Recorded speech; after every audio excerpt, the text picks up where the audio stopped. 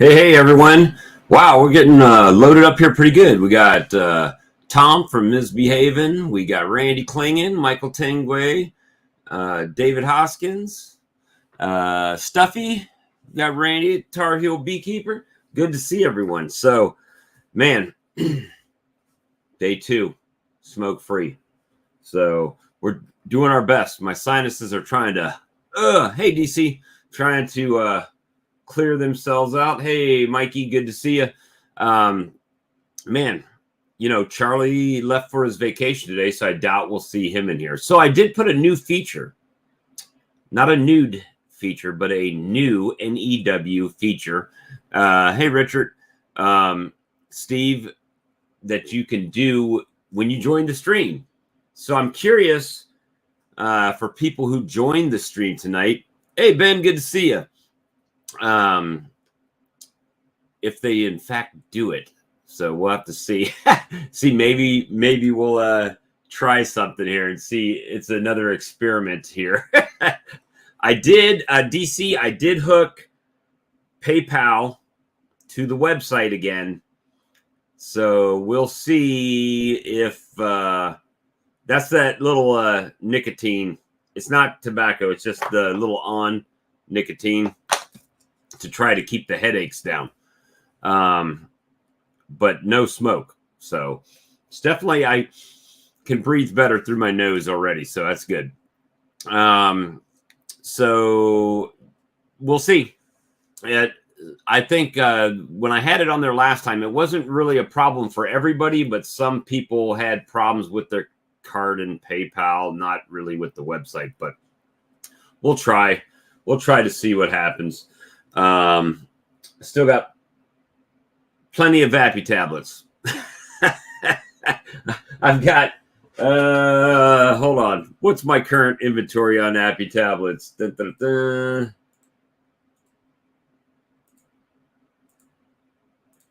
I've still got 228 packs, so if that's something you guys want, definitely can get it there. Lure, got all the little stuff, you know. So we'll see. Now I'm looking at card readers for the show. It's just a lot of stuff. But one more day of work, and then we'll get on to vacation, and we'll get that going. So plenty of things, guys. Plenty of things. Got 25 people watching right now. Appreciate all the thumbs up and all the support you guys always. There's 10 in a pack, DC. I always appreciate thumbs up, the likes, shares, and all that.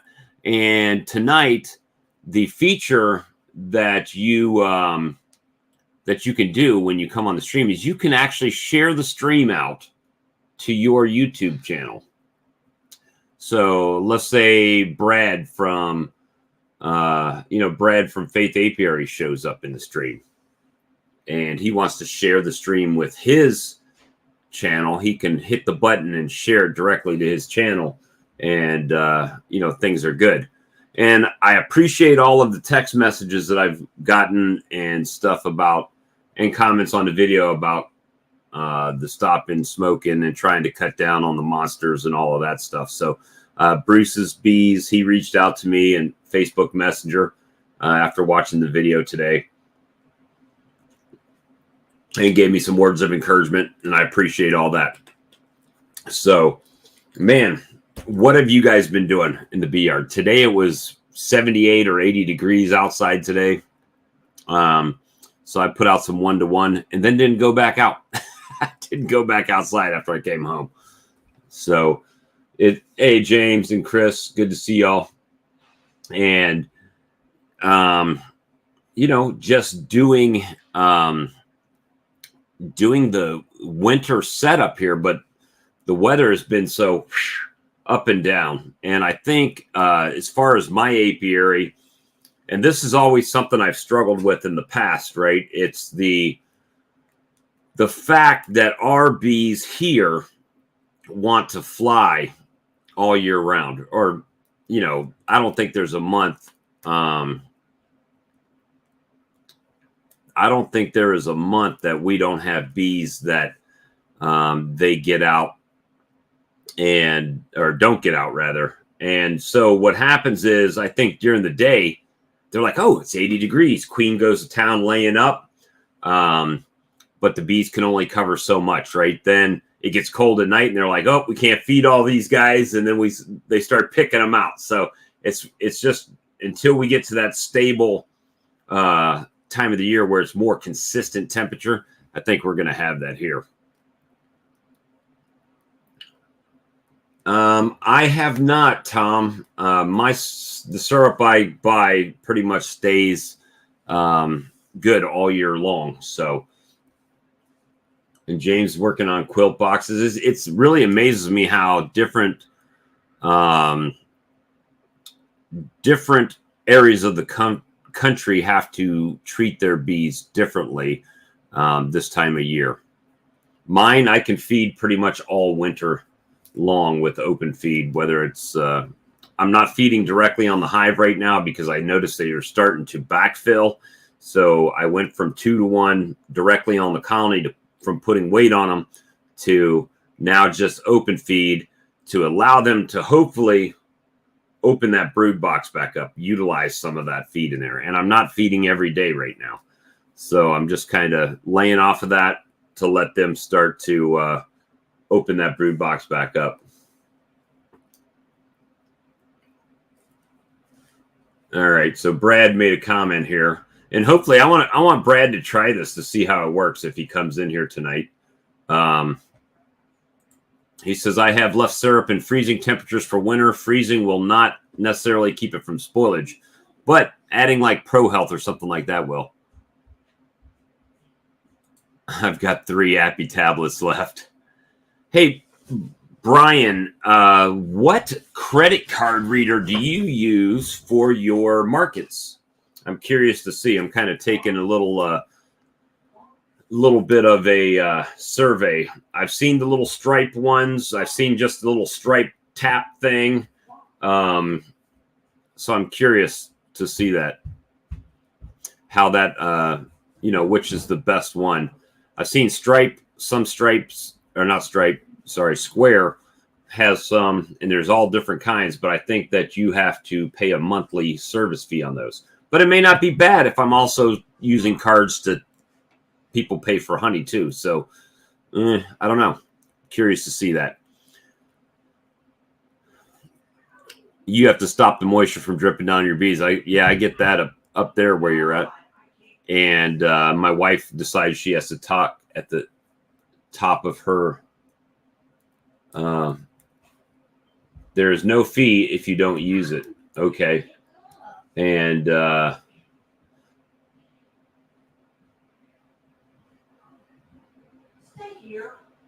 my wife decides she wants to talk.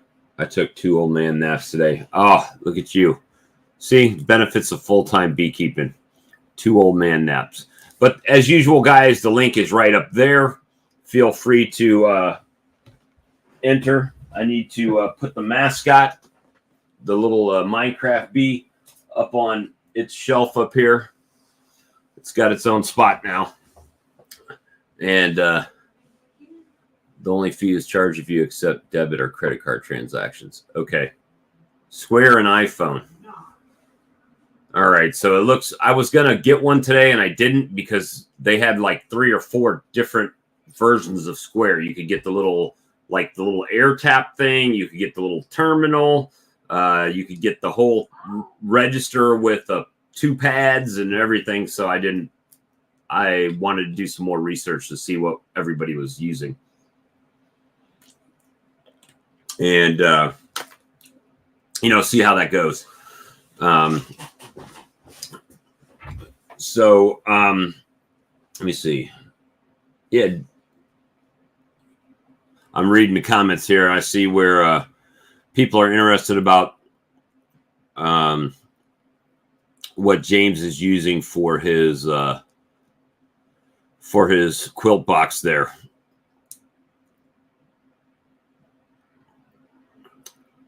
Yeah, I've had that one before. The little square, the little cube that you plug into the bottom of your phone. I've seen those. Pine chips and straw James is using.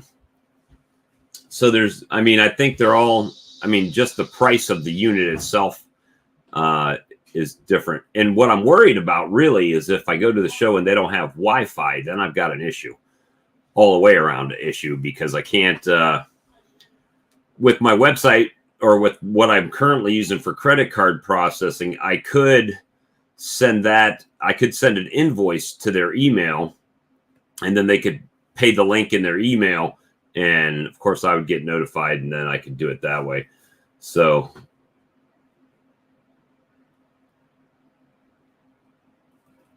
I think it will be, Alex. I think it will be one of those seasonal honeys that will do well for you. So let me see if anybody sent me any messages here.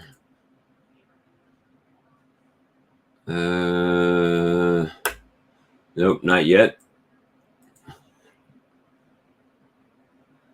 All right, just making sure I can watch both sides over here. I got messages coming from all over. Venmo, Zelle. Yeah, so what I found is with my current credit card processor that if I get their machine, there's some programming that has to be done to set it up for yourself. So that's what I do take Cash App. I prefer not to take any of those. Cash is king, but you know, because when you run it through those processors, then the man has his eyes on you.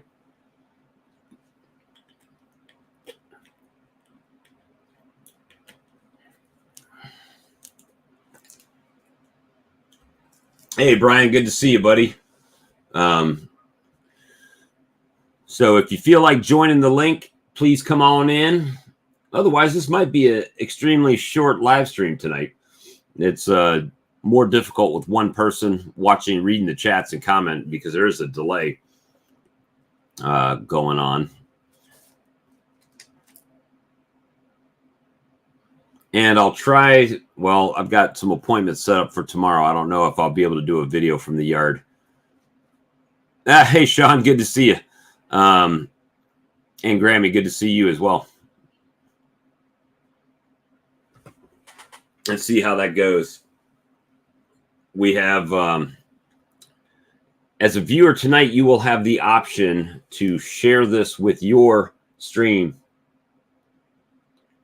Well, it will get short if there's nobody in here.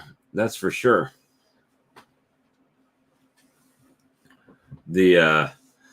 And with day 2 of smoke free, I don't think it's a combination of less caffeine and also no smoke, that I've been fighting a headache for, well, conveniently enough, the last 2 days. But we try to bring for your viewing pleasure.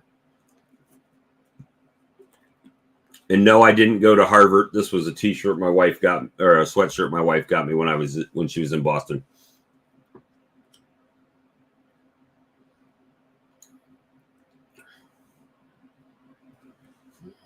See, that's the thing. That's what I've been looking at, different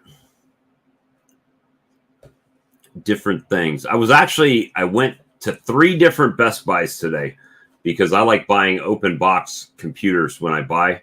And I was thinking about buying another laptop, a more up-to-date one, and I didn't.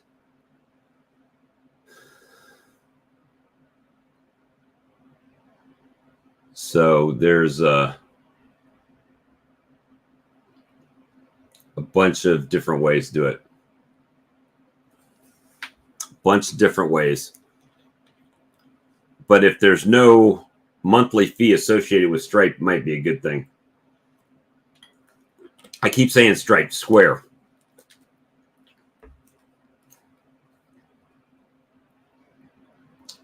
You got a flip phone?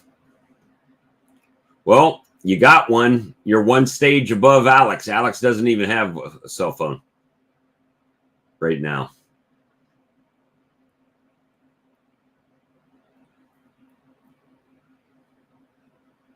iPhone equals business expense.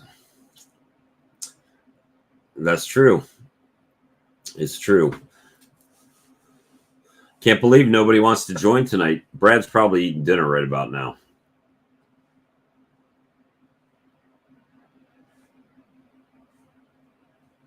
Let me see. Let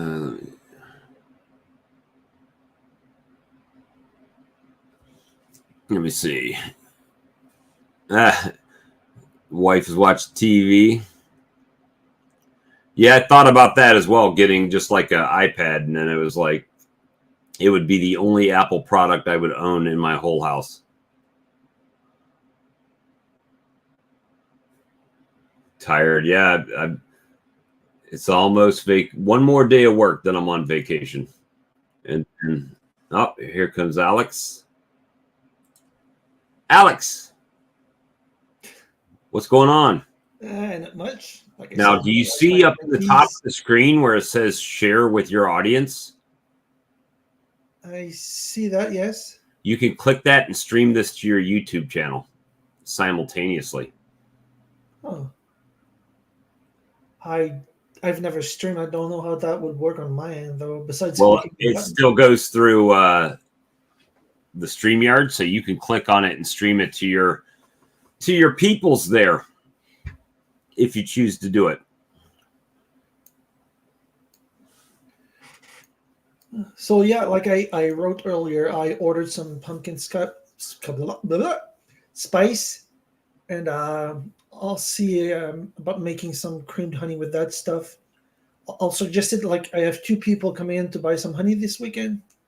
I'll give a sample, see if I can tempt them in buying some more than they were planning on. I had a couple show up and buy some honey today here while I was at work. My wife actually went out and sold it for me. So nice. Could end up, that's right, 12 different directions. Well, I think we can only have 9. But if we had 9 people streaming, then you would get viewers on your channels as well. So that would be a good thing. Spread the wealth around.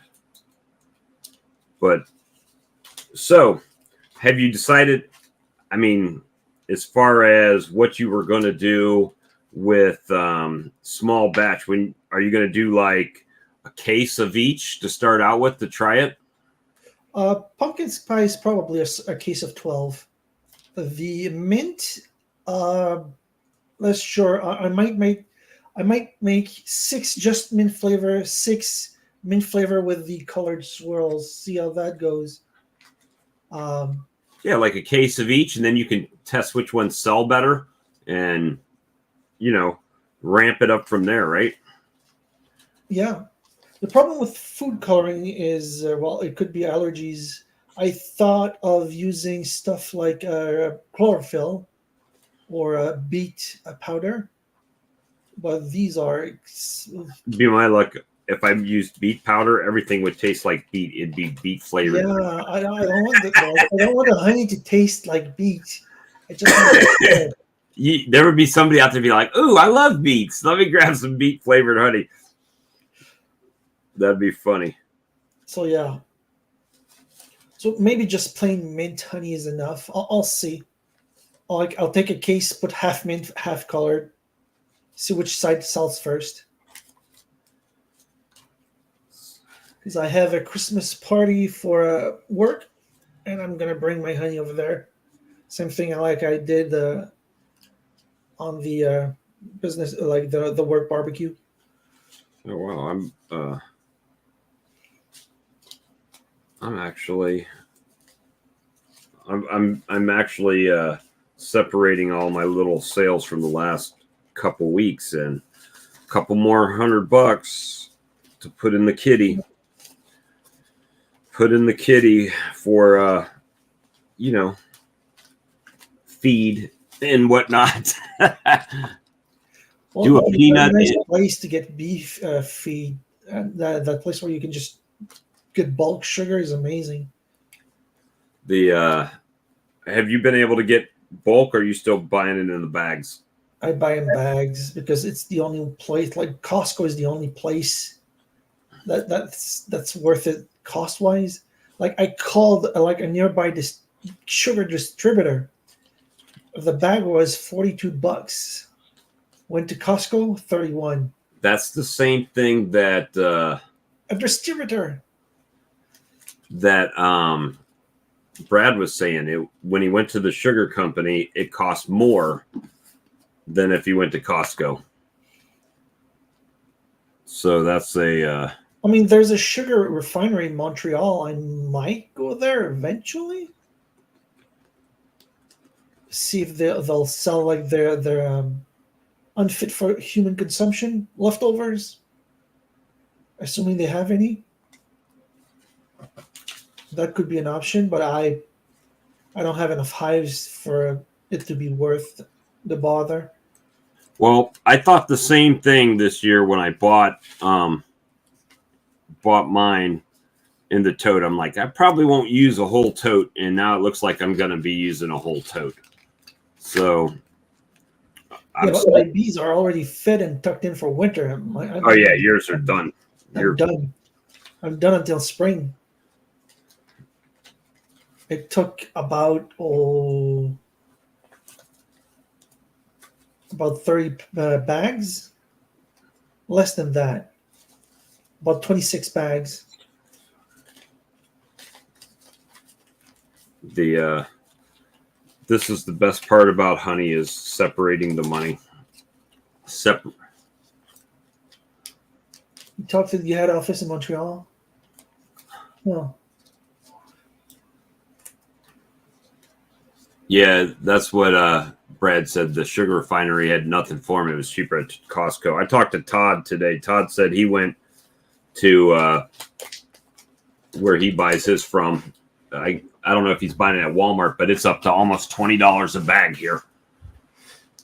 So it's definitely gone up in price for us here. So I'm happy to be able to get it from where I'm getting it for as long as I can get it from them, right? So I'll probably go back up soon.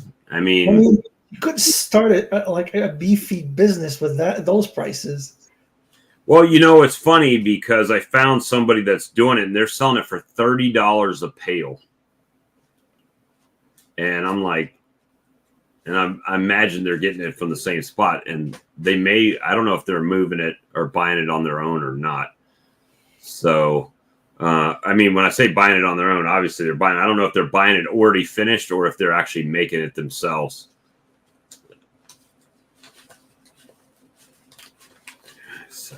Maybe. So it's always something right in the spring.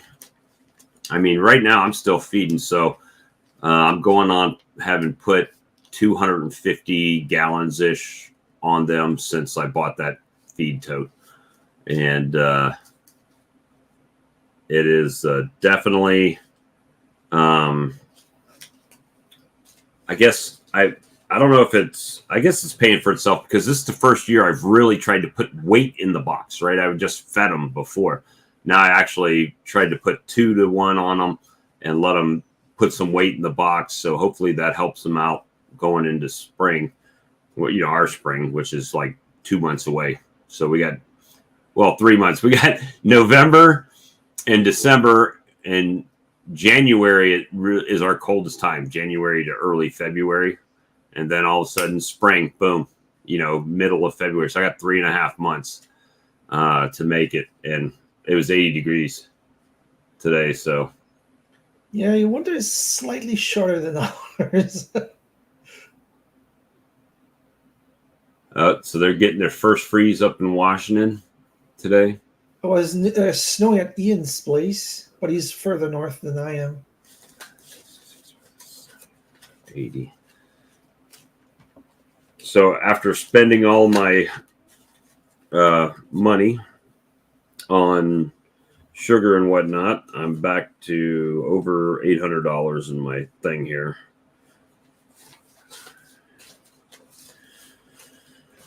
So it is definitely love the cash part of this honey business. That's probably the most fun of honey for me.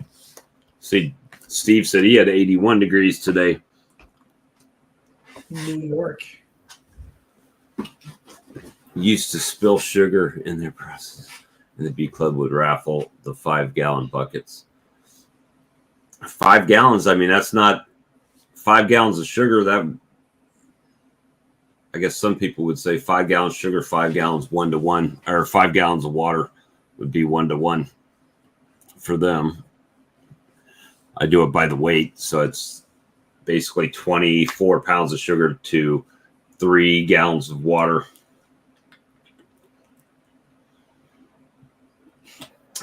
So I'll be curious to see, and you know you have to send us photos or show it to us when you get the red and green done.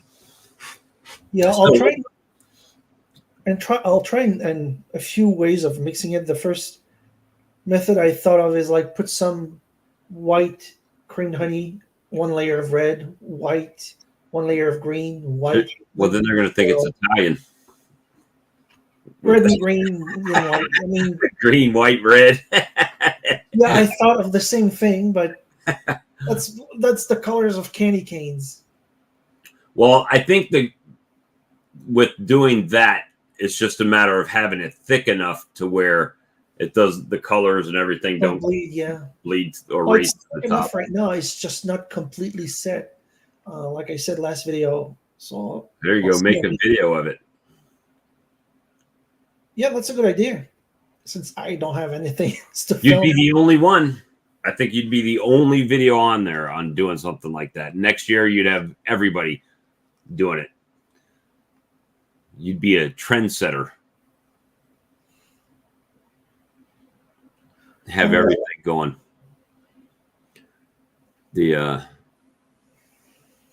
me see. I have quite a bit of base, and it's still soft set. I might try. I will receive the no. I already have the mint flavor, so I could try it tomorrow. Really, right now I just don't feel like it. What would you use mint honey on? Whatever you want. Yeah, toast mostly. A spoonful. Peppermint flavored honey. Holidays. Holiday party. Hey, thanks, Robert. Appreciate you. The tea, yeah, like Lee said. Put it in tea, yeah. And it's funny because, like in Europe, I think some countries are more open to holistic type of things, right? In Germany, if you had, when I was a kid, when you had an upset stomach, that's what you got. You got peppermint tea, and to help soothe your stomach. So it would be a good thing. I had the lady that bought honey today. My wife called me. She said she was Asian, and her doctor told her to give her child honey because he wasn't feeling well. And this goes back to what we were talking about. And with so she wanted to buy natural local raw honey instead of honey from the store, which is how she Googled me and found my place, but I was at work. So thank you, Robert. And so it was interesting to me that a traditional doctor is basically not prescribing, but recommending for them to get honey after what we were talking about with, Charlie last night. And he says he's cured several people of their allergies, using the honey in 2 weeks. If you use the honey, right, he gets all into it.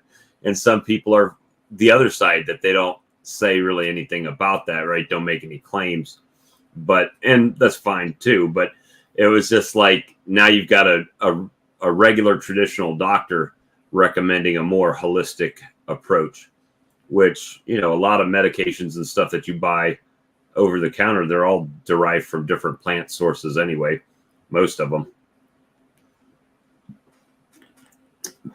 And Sean says basswood honey has a natural mint flavor. Yeah, I'm not using the basswood to make the flavored honeys. At least it doesn't have the basswood taste. It tastes more like a traditional clover honey.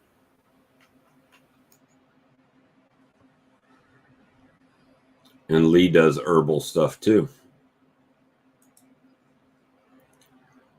Uncle Charlie's magic elixir and all that stuff, right?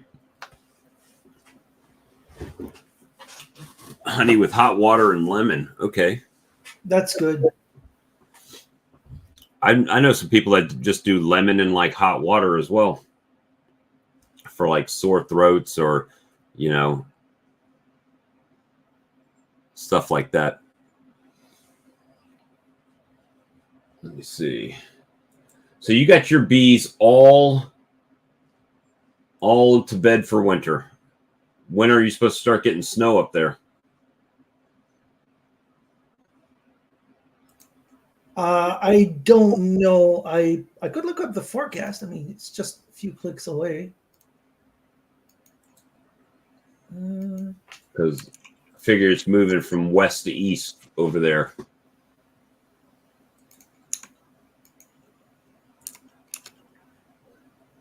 Hey, Denny. Maybe. Let me see.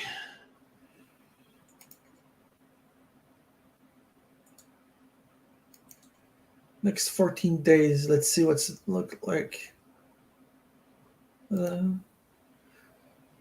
There is yeah, on the 9th of November there might be snow. So 2 weeks from now. Garrison says he's got his all tucked in for winter as well. My bees do what they want to. They're flying for sure right now.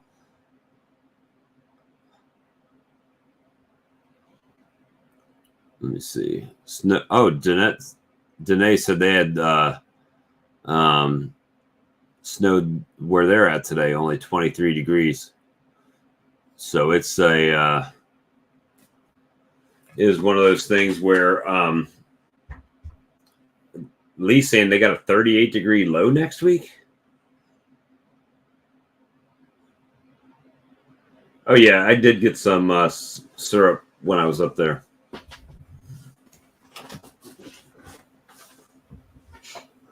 Matter of fact, they had a maple syrup festival I went to one time with the wife. It was pretty neat. So everybody's already... Yes, Alex is in Quebec. Yep, my first language is French. And I am not French. But I see that. The Ontario 5B. So, yeah, I mean, I'll be very interested this year to see how I followed a lot of Canadian beekeepers and a lot of their advice and see how it applies to my bees this year, especially with help getting to spring, because I seem to lose them right at the end, right before it gets warm. If they could just make it like another week or two, they would be fine. But I always get that end of the season, I guess, or end of the winter loss, which I'm trying to avoid this year. Something I'm tempted to try this winter is actually give them some OAV. Mm-hmm. I mean, even if there's like 4 feet of snow like last year, I can just put my snowshoe, put everything in a bag, and go treat the hives. And with the cordless option now, you're able to get out there pretty easily. And you know what?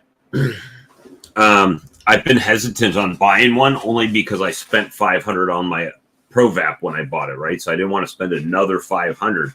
Yeah, I understand. And then I was having a conversation with Brad a few weeks, maybe a couple weeks ago now, and we were talking about doing OA treatments. He's like, "Yep, but if you had the cordless one, you probably would have already been out there just doing it because that was like my biggest thing. Oh, I've got to drag out the cords, and I've got to, do this and do that, and then I was like, well, if I had the cordless one, I probably just would have walked out there and started, right? And so there is that benefit. And then I've got some people saying just for a couple of the hives, don't treat them with OA. And, just because I had the tablets on those and hadn't treated them any other way, just to see how the tablets did with it. With the ground zero bees, as that's what Todd nicknamed that Appy tablet colony that had the big mite drop. So I actually put another tablet on them 2 days ago. So the first one was pretty much gone, at least breaking up, because they had eaten through it and it was thin. So I went ahead and put another one on it. And I did check the bottom board yesterday. There was a couple mites in there, not a lot, and definitely not like the first time. So they're still doing good. Everybody's nice and gentle. And, especially this time of year. Think about if you did your treatment, your OA treatments, and you knocked out the mites or got them very, very low, and then you put something else on that's going to be in your colony over the winter, and then you lost even a few more mites over the winter time from the thymol in there, then it might be a good thing. Yeah, those tablets are tempting, to be honest, but they're going to be pricey kind through custom. Right.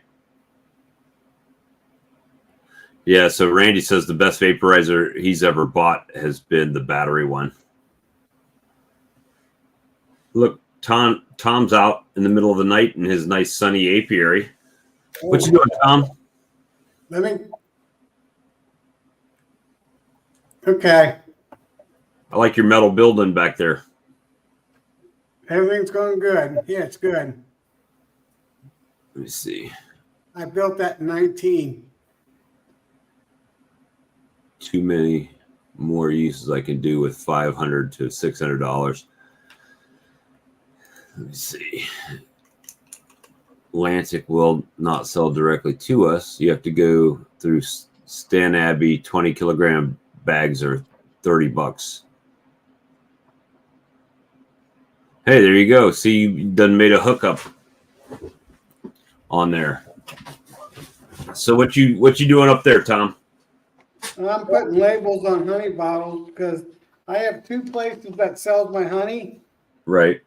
And they're selling about $3, 3 bottles a day. 3 bottles a day? Yeah. It's not bad. A couple cases a week. Both places are open 6 days a week. So 2 to 3 bottles a day. 18 bottles per store? 2 to 3 a day per store, or 2 to 3 overall? Two for one place and about 1 from another place. So 3 a day. It's not bad. A couple cases. No. So I'm printing labels and sticking them on there so I can deliver them tomorrow. You sound like me when I'm shipping stuff out. I'll sit here and talk and label and have to mute myself for the tape. Right. Taping stuff up. So yeah, here's my little sheets. See if I can get it to show up. Not working too good. There you go. So let me see. What is a? Yeah, I cut my own. Now you got me looking for Temp Queen. Now, what is Temp Queen?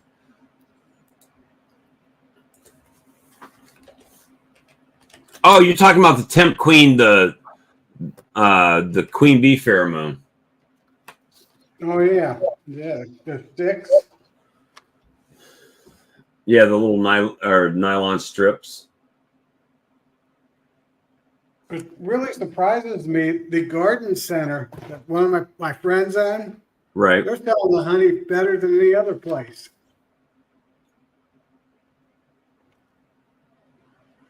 Yeah, temp queen $43.95 to $119. And you get zip ties with them, right? All it is a tube, guys. It looks like a. I don't know if are they solid or are they capillary tube? Is it a tube, just like a tube, or is it a solid like monofilament line? It's solid. You can break them in half. I put them in my 6 frames when I take the queen out. Right.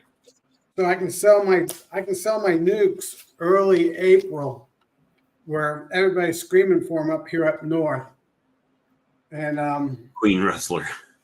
then I stick a half a stick in each hive, my 6 framers, and that buys me 10 days to 2 weeks. And then I can graft, then put a queen cell in. So maybe I try in the spring, because I think my bullets would do the same thing for for up to a couple weeks in the summertime. Yeah. Because it is essentially a queen bee pheromone. It's just Right. It just buys me 2 weeks basically, which is in Ohio Valley. 1st of April to the end of April is huge different temperature swing. I'll have to. I mean, they probably get a whole roll of this stuff and just have something that cuts it off at a certain deal, right? Yeah, I'm sure they can run. When I used to work at a packaging company, we could do sugar packets, those little sugar packets, 3,000 a minute. So those little sticks, they can probably run at 1,500 a minute. Let me see. How many do you get for a 10-pack is $43.95. Man, I'm way too cheap on my bullets then. Yeah, we'll try that next year. I didn't really push the bullets too much this year because I don't have a good way to actually fill those, and Gotcha. it's more of a pain in the butt to fill them up. Right. But I started just putting rubber gloves on and dipping the lure in there, and then right. Yeah, so it works pretty good because everybody up north wants their nukes in that 1st of March. So at least how can they get them 1st of March? They can't even make queens up there. So you couldn't even say it's local bees because nobody would believe you anyway, because your bees are still like they're still winter mode. Yeah, crazy. Yeah, but everybody wants them so early because they see everybody down south selling them. You know how that is. You guys, Bob. We're ruining it for everybody. But this way I can get them at least the 1st or 2nd week of April, depending on how April starts. I mean, we get snow sometimes in April, so. I'm just looking on the prices for the knobby at Man Lake. They've got a few things up there that are pretty decent price-wise. 40-pound bags of pollen sup for $75 at the show. 40 pounds of Ultra B Plus patties for 40 pounds for $77. Okay. They've got medium supers for $11.95 a piece. Unassembled $11.95, but then they've got another one that's $9.80 to $12.45. So I don't know. Unassembled supers where I get them are $24. Okay, Canadian, but still. And they're different width than yours too, right? And we use 3/4 and you guys use 7/8 up there. Let me see. They work differently. Okay. Yeah. Let me mute. Oh, I can find it. It's just whether I can find the stuff to make it. I haven't started pre-selling nukes yet here. I need to. I see a lot of people putting them up there. So I need to make a list. and get it started. Who knows? Maybe Tom needs some nukes up north, and we'll have to make an Ohio trip and drop nukes off so he can sell them in March. I don't even know. I don't even think I could sell them in March without gambling. Big risk, you know. Big risk down here. And then queens, I'm going to start trying to graft queens a little bit earlier.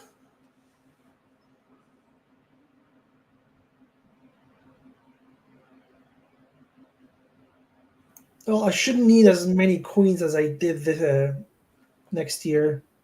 Well, next year I shouldn't need as many queens as I did this year, since I'm staying at around 30 hives. I'll probably replace my yellow queens. If I need 30, I need to graft 130.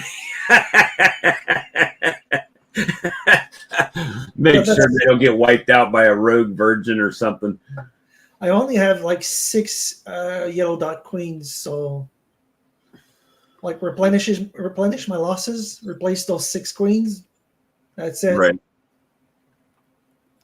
Yeah. And one thing I did do a little differently, when I do graft in the middle of April, I only would do about 10 queens. So I'll do about 15 cells, just because I know there's not that many drones yet. And then I'll wait a week and then do another 10, wait a week, do another 10. And once we get to May, then I don't have to worry about it.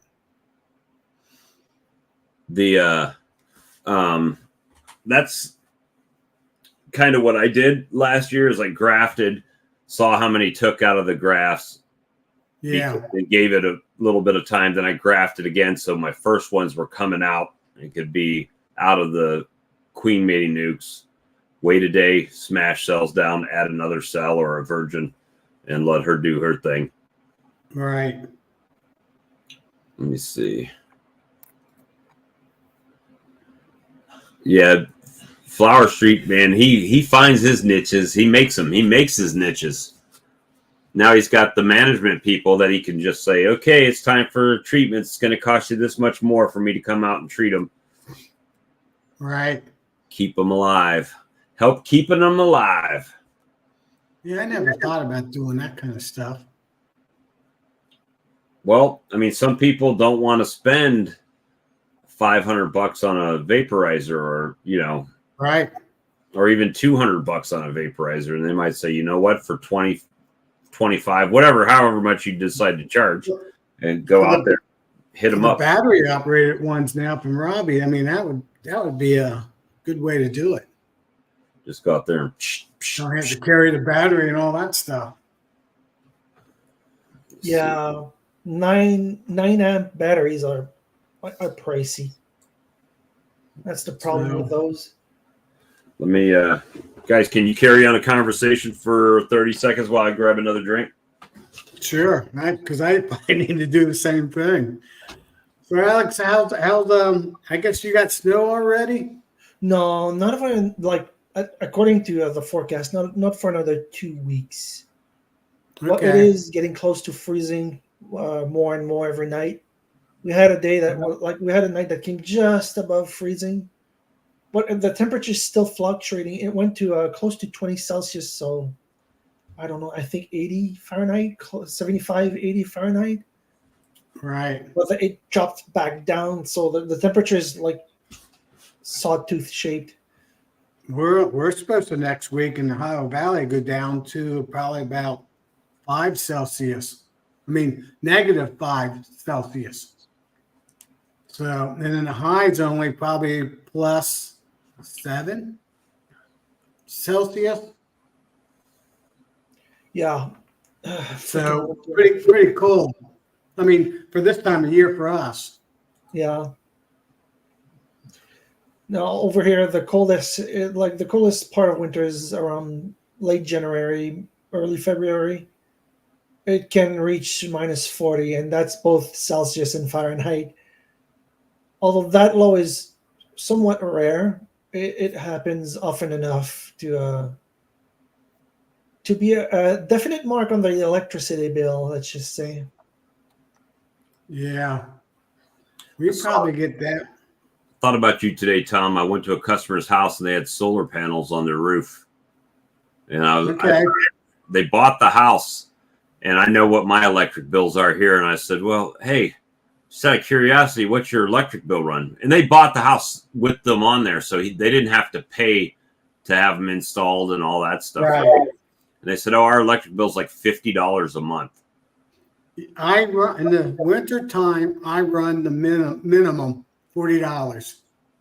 So I make sure I try to use $40 worth of utility power. But Then in the summertime, my air conditioning's 220 and my system's 110. So my electric bill just to run my air conditioner will be about 80 to $100 for like 2 months. Like last month, it was only $56. This coming month will probably be back down to close to 40. I've got too many trees in my yard to do that here. Yeah, I've been researching about on wood heating and the best ways to make a coppice, and I found that the willow is the best tree for coppicing. And that stuff's amazing. It can grow like 5-10 feet in a year. You need to find you some more magical basswood trees. Plant some around your apiary. Just put them in the tree line somewhere. Yeah. Imagine if just one tree gives me that much honey. There is one thing bad about putting solar panels on a roof, though. You do need to clean them. They get dirty just like a windshield does on a car. So I clean mine probably 4 or 5 times a year. I just got to hose them off basically and wipe them down a little bit with a rag. How about putting them on a stand instead? Isn't that easier to clean? I've seen some stand like that track the sun too, and that's pretty easy to make. Yeah, I got mine. I got mine on a rotating dual axis tracking system. Okay. So mine actually panels move. Let's see if I can get a picture. I have to get it from my phone and send it up to my account. But yeah, if I ever get a home, I'm seriously considering heating with wood. I mean, it's carbon neutral. To grow the trees, you gotta absorb carbon from the air. So whatever you emit, you reabsorb by what you may grow for fuel. And willow grows pretty fast and somewhat easy over here. You just gotta have wet enough soil for it to really thrive. So I have the same problem with solar panels as I do with as I did with the bottom boards. It's like the price of the solar panels, it may offset the electric and pay for itself in the long run, but it's that initial pay for them. Just don't cut the one basswood. My calculation is I'll have my panels paid off in 3.5 years. And the way utility companies are raising their prices every year, it might be 3 years. Now I did all the labor myself. I did all the wiring myself. I actually put a solar utility panel in my barn, ran number 4 wire underground to my house, about 150 feet. And then I actually built another panel in my house, and I moved my circuits from the utility panel to my solar panel. So I have a whole independent circuit in my house to run my particular. Now, did you have to use batteries and all that as well, or no? Yeah, I got 12 batteries, 200 ampere batteries, deep cell. I did get lead batteries. I didn't go with lithium batteries because they have fire issues. And I don't want to burn down my barn. Makes sense. Brad? How are you doing, Brad? Hey, Tom. So, Tom, that's a subject I'm kind of interested in. What kind of batteries do you say you're using? The deep cell, they're basically marine batteries, deep cell, but the 200 amp hour so batteries. They're flooded lead acid. Flooded Yeah. lead acid And they weigh about batteries. 150 pounds a piece. I can still pick them up at 62 years old, 150 pounds. Because I keep myself. I've often thought that wouldn't it be nice if in a modern house, of course, new construction is probably the best for this idea because it takes a lot of rewiring. But in a modern house, make all the lighting in your house solar, and it could be even 12-volt solar. It doesn't matter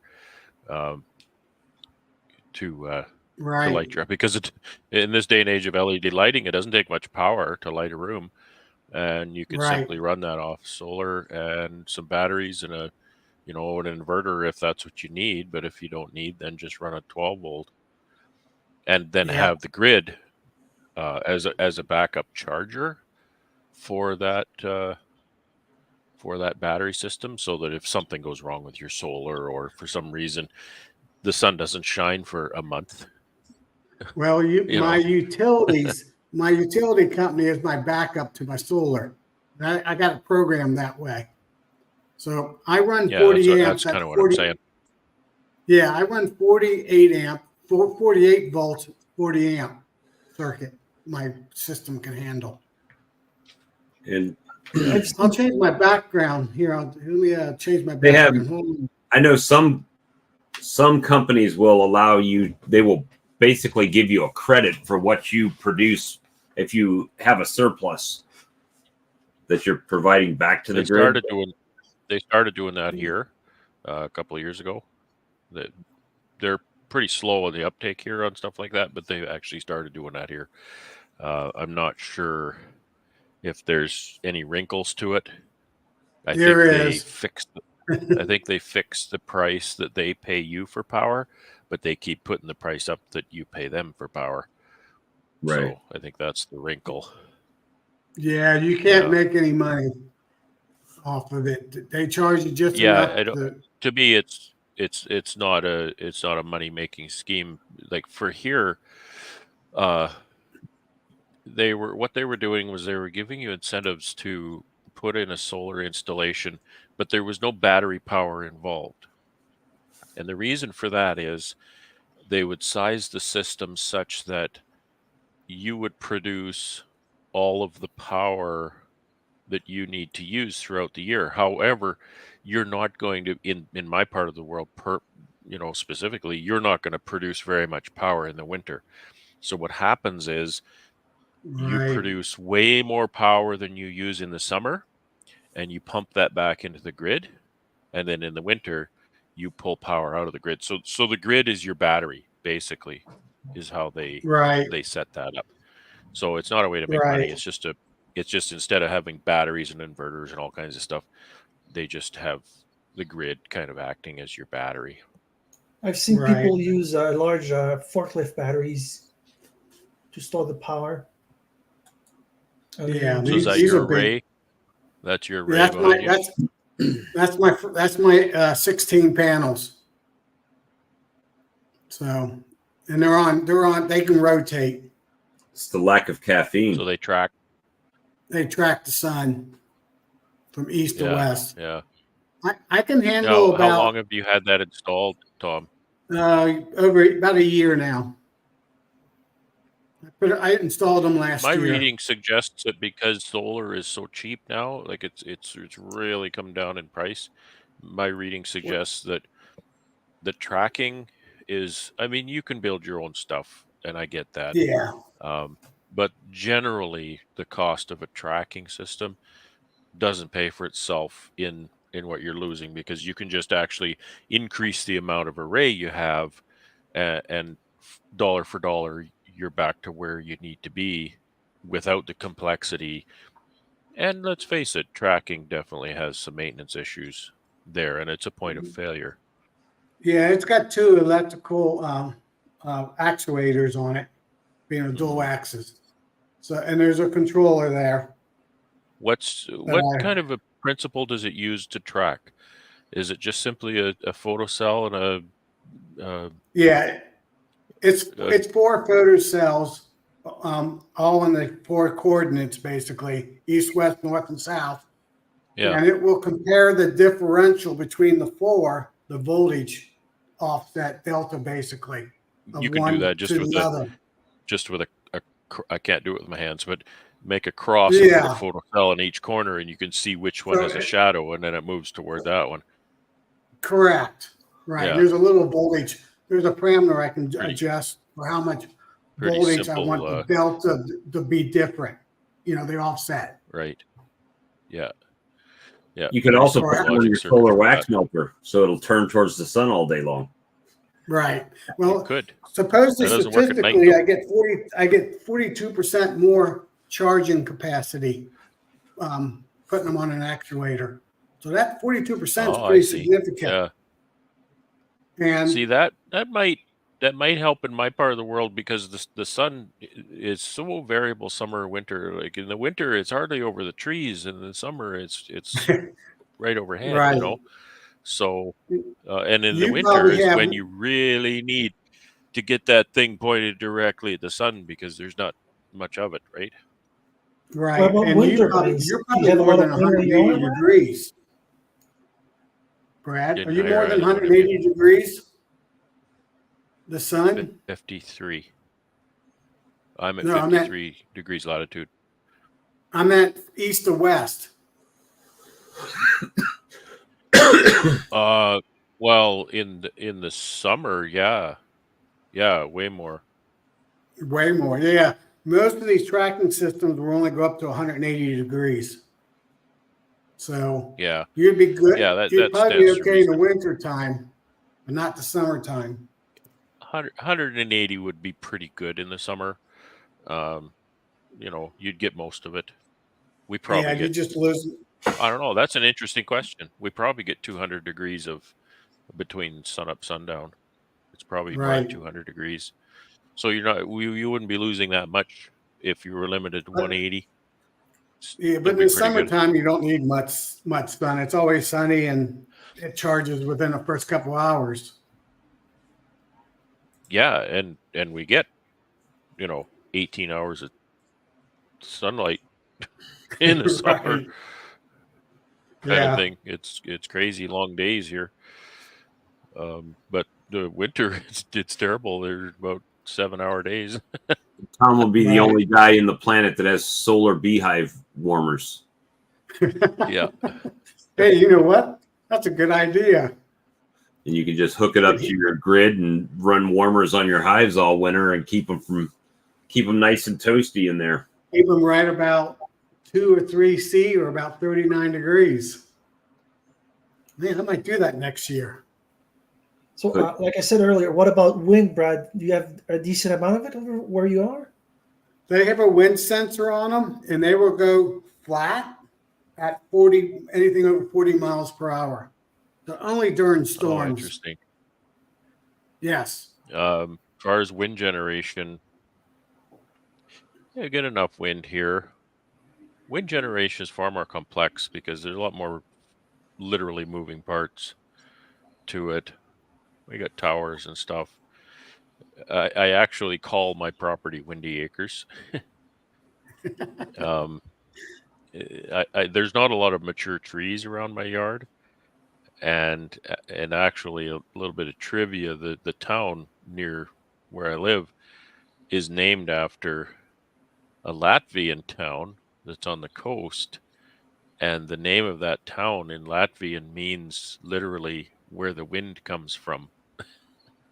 Okay. So, and I think that's mostly because we live right beside that big lake, right? We're right off the 11th largest Yeah. lake in the world, and it's like a mile from my house. So, and that thing is a couple hundred feet, Oh, man. a couple hundred miles long, long, Right. and Yeah.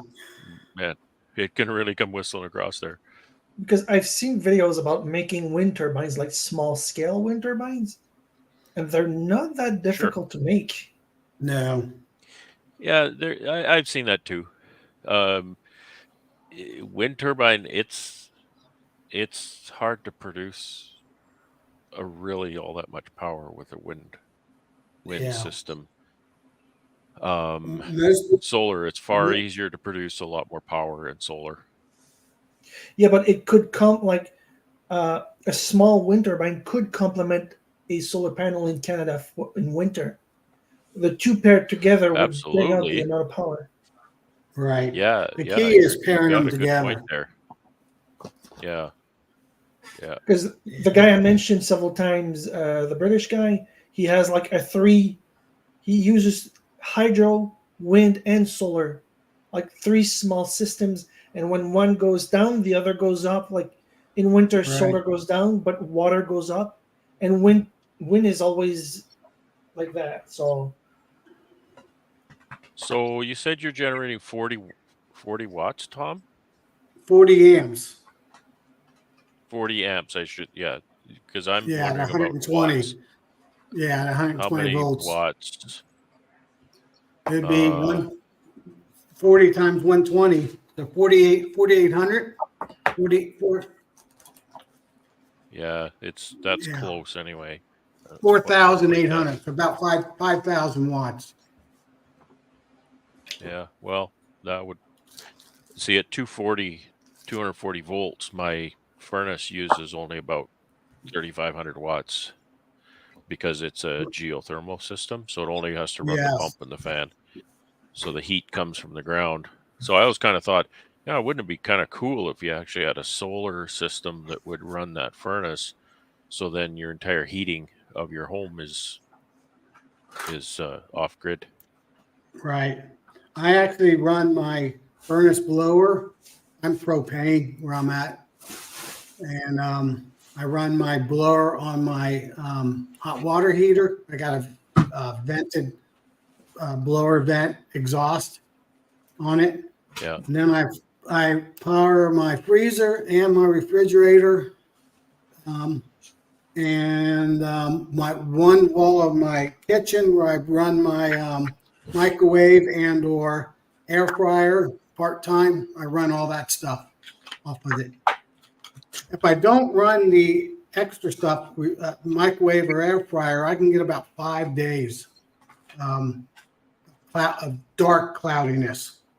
I get some charging when it's just when it's a lighter color cloudiness, but there's dark cloudy days I can handle 4 to 5 in a row, which happens about once a winter.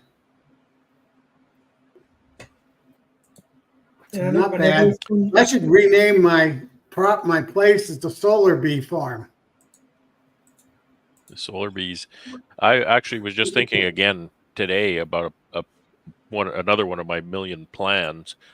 I would love to have a nice solar system in my apiary camper because there's a lot of things that I would like to use power for out there.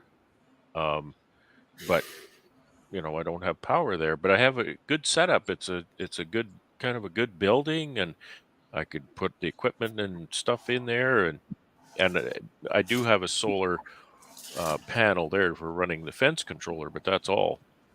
Right. But that could be expanded and run the fence controller, run an inverter for, some lower usage Right. devices in there. Yeah, I have a room. In my barn in the back corner, underneath, right there behind the panels. I call it my utility room because I keep my air pressure in there. That actually runs on my solar also whenever that runs. And all my controls and my batteries are on that little utility room. So, yeah, it's a little bit of a system to put up. So, keeps me busy doing solar and 40 hives and working full time. You mentioned the other night you're an engineer. Is that I'm electrical. Electrical engineer? So this is child's play for you. Yes. Yeah. In fact, I offered the company to reprogram the unit because I'd make it work a little bit more efficiently. Yeah, of course you would. I said, yeah, I can write to that EEPROM chip. Write the little program. I am not well versed in the modern offerings on the market of different components, but I've been doing electrical stuff since I was 5 years old. Yeah. The basic electricity is pretty simple, but I do some really complex programming. I wrote programs for satellite communications and for NASA rockets for taking off, stuff like that. Real geeky stuff. Dude, to communicate. that's One satellite really communicate cool, to man. other satellites. Yeah. That's really cool. I So saw a video. This guy, one of the coolest channels I know, is called Smarter Every Day, and he did an interview with the retired man who worked for IBM at the time, oh yeah. and he was in charge of setting up the computers for the Saturn rockets, and the stuff that he was telling Destin is the host. The stuff that he was telling Destin was just incredible, and because he had to know how everything in that rocket worked, exactly how Yeah. everything in that rocket worked, because he had to build and program all of the computers to make all that stuff work. So he knew how And every engine, every thruster, every light bulb in that rocket, he knew exactly how that all that worked. That was The really memory and sticks Brad, on you those have to things. Like, you actually why have to are know how it can fail, so you can write program to counteract a piece failing. That's the hard yeah, part of programming. Writing what if yeah, and programs. What if this I've happens? done enough programming too to understand that. uh, And and trying to rockets are. anticipate what all those conditions are. I forget what he Yeah. said. Destin's an structural engineer, I think, and he was talking with the rocket designers, and he asked them, because I think when you design a bridge or something, you design it to be 2 times as strong as what you think it should be, because there's always all those unknowns, right? In the Right. natural world, there's always those unknowns. So they say, well, it's X times 2. And so he asked the rocket guy, he said, what's your margin? I can't remember what you call that margin, Tom. Maybe you know, but he said, what's your margin with this rocket? And he said, 1.2. He said, so it's like, it better work the first time, because there's not much margin there. Yeah, and sometimes when you write the program, you're not even sure it's going to work. I mean, sometimes with the military people ask for this. They pay me sometimes just to think, saying, "Tom, is this possible to write?" And I go, "Shit, I don't know. Let me think about it." And they pay me for 3, My 6 answer, months just to come up with a plan. my And answer I've in already IT, had every time this. my boss would say that, I'd turn to it. He'd say, "Can we do this?" And he got sick of. He stopped asking me that question, because he'd asked me that for the longest time, and every time he'd ask me that, I'd look at him and say, "You got enough money? I'll do anything you want." Yeah, So then he started saying, yeah, but "What'll it cost us to do this?" Okay, that's going to cost you $500,000. Okay.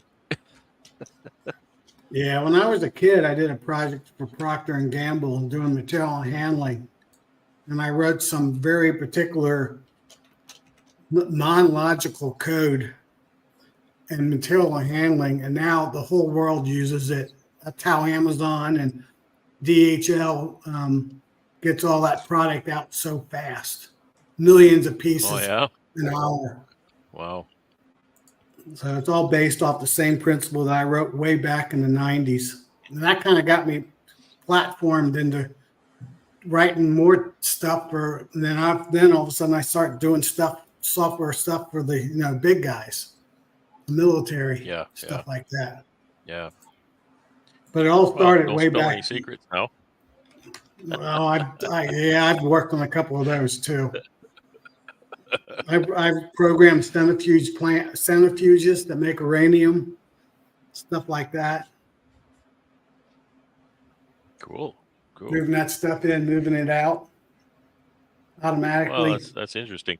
I didn't mean to sideline the bee conversation too much, but that's really interesting. I could tell by the way you're talking about your project. I thought, okay, there's something behind this guy that you know is more than bees for sure. Yeah, I think bees is just my mental back to earth mentality. You need to have that. I remember in Keeps IT, me, I had that too. and it was nothing to do with, it was old cars. And my boss used to say, I don't get it. Yeah. You work on all this high tech stuff that's all the latest technology, and your passion is old cars. I don't get it. And I said, it's because it has nothing to do with computers and technology. That's why. Yeah. Yeah. It It's a keeps complete me escape. grounded, basically. So, and I'm hoping to retire in a year. So I'm actually already starting to slow down because it's hard to think a year's out, or 6 months out, when you're writing a program today that you're going to be affecting what you wrote today 6 months from now. And it's harder as my age to keep that mentality going. That's the hardest part. Yeah, Thank I God recall. Thank God I don't ship much to Canada, because I lose my ass on shipping every single time. Every single time. Just this little pack. Amazon didn't even want to send this to Canada. So Right. I had to use my other software to send it, which I like that. I like Robert's comment. we finally shut Bob up. Hey, any of you all can graciously stream any night of the week you want to, and I'll be quiet the whole night, That's sitting right. back here watching. That's right. Bob asked for 30 seconds. So you got 30 minutes. Well, someone from Manitoba bought some Queen Market Manitoba. things, and I lost wow. on that deal. So I need to. That wasn't even me. No, Well, you see how hard they are to find in Canada? They're in What are you Vita. going to tell me? They're in Vita. VITA, Manitoba. Oh, Vita. They're in Vita. Yeah. Yeah. That's so down, you could. Looks like you could stand in Minnesota and throw it to them over the border. Yeah, right across from War Road, Minnesota. Yeah, I can tell you a little funny story. When I was doing that project for P&G, or trying to do this, write this code, I pretty much told them after two to 3 months, I don't think it was possible to write. And I was flying on a plane, and so I guess I was half asleep or something. And all of a sudden, I figured it out. And I I wrote it all down and posted those little napkins. I couldn't write the whole thing, but I wrote down main phrases.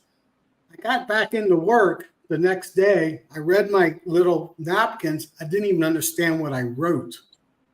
It took me another month just to comprehend what I was thinking at that moment. Yeah.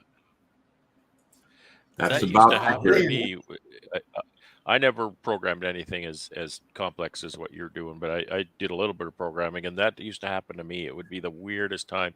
You'd be in the shower, you'd be just waking up, or you'd be doing something. Yeah. And that's what was important about those hobbies, the bees and the old cars and stuff, because you're doing something that's totally disconnected from the job, and then it's just like, that problem that you have at work, the tech problem that I had, or the programming problem, and Right. just some little unrelated thing would turn a light bulb on it, and it's like, of course, that's how I solved that problem. And then if you can read your Post-it notes, which it isn't always the case.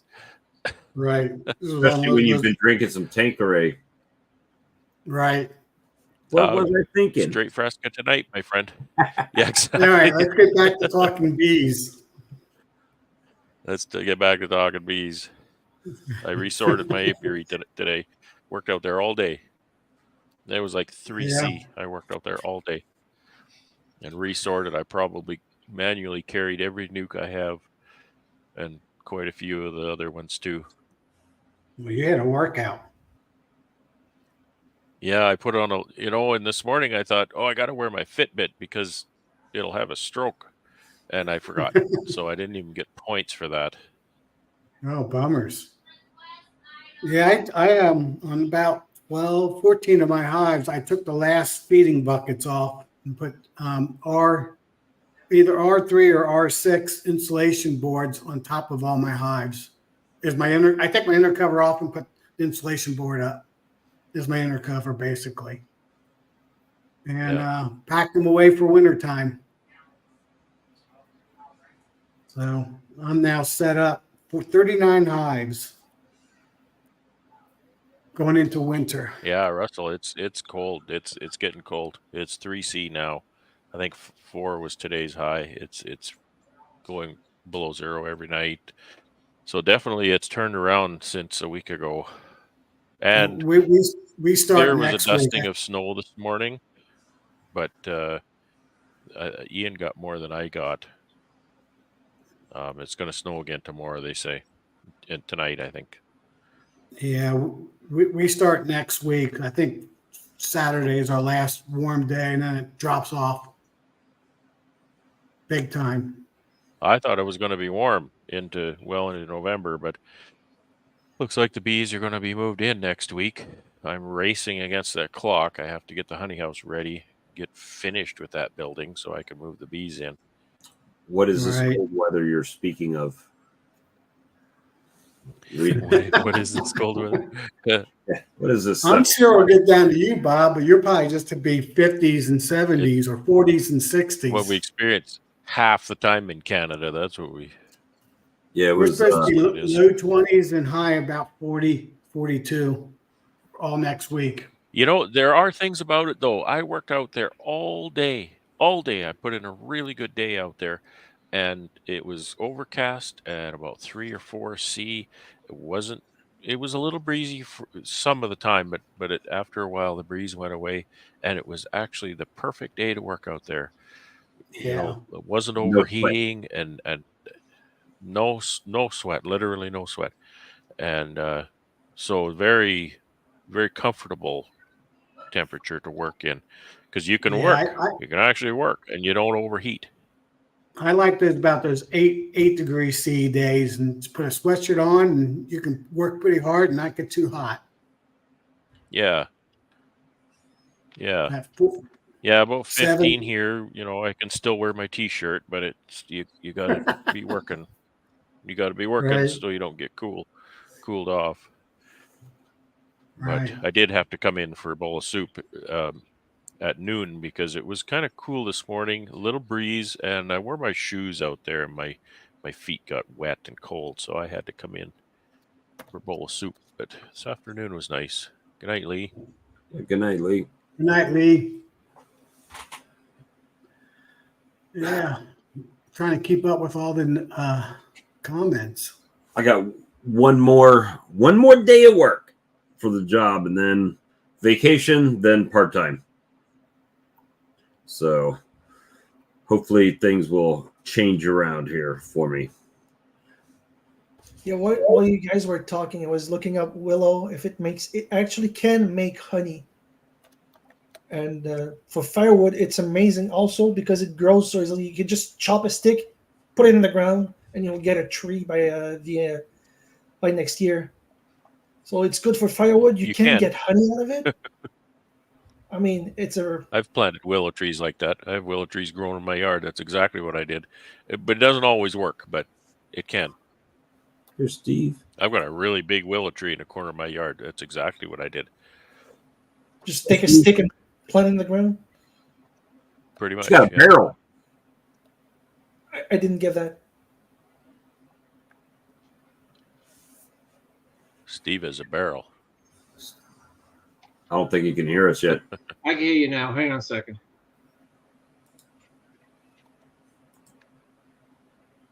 Did you make that? No, I bought it. Okay. I'm going to throw some honey in here. Bourbon. The bourbon barrel? Yes, it is. My problem will crystallize while it's in here. That'd be my luck as well. And it has Well, if you keep it warm enough, it should not be a problem. I can't get out yet. Can't get the bung out of there or the cork. I will get it out eventually. I would too, but it'd probably break it in the process. Well, they send me a regular cork also. How much is a bucket like that? $120. And it's guaranteed to have had bourbon in it at one time. It had it for 1 year. Yes. So I guess the question I would have is that something you have to rebuy every year, or how long does the bourbon taste stay in the wood? I have no idea. I'll let you know next year. I'm gonna put the I honey. would guess 1 to a little bit on 2, but that would be it.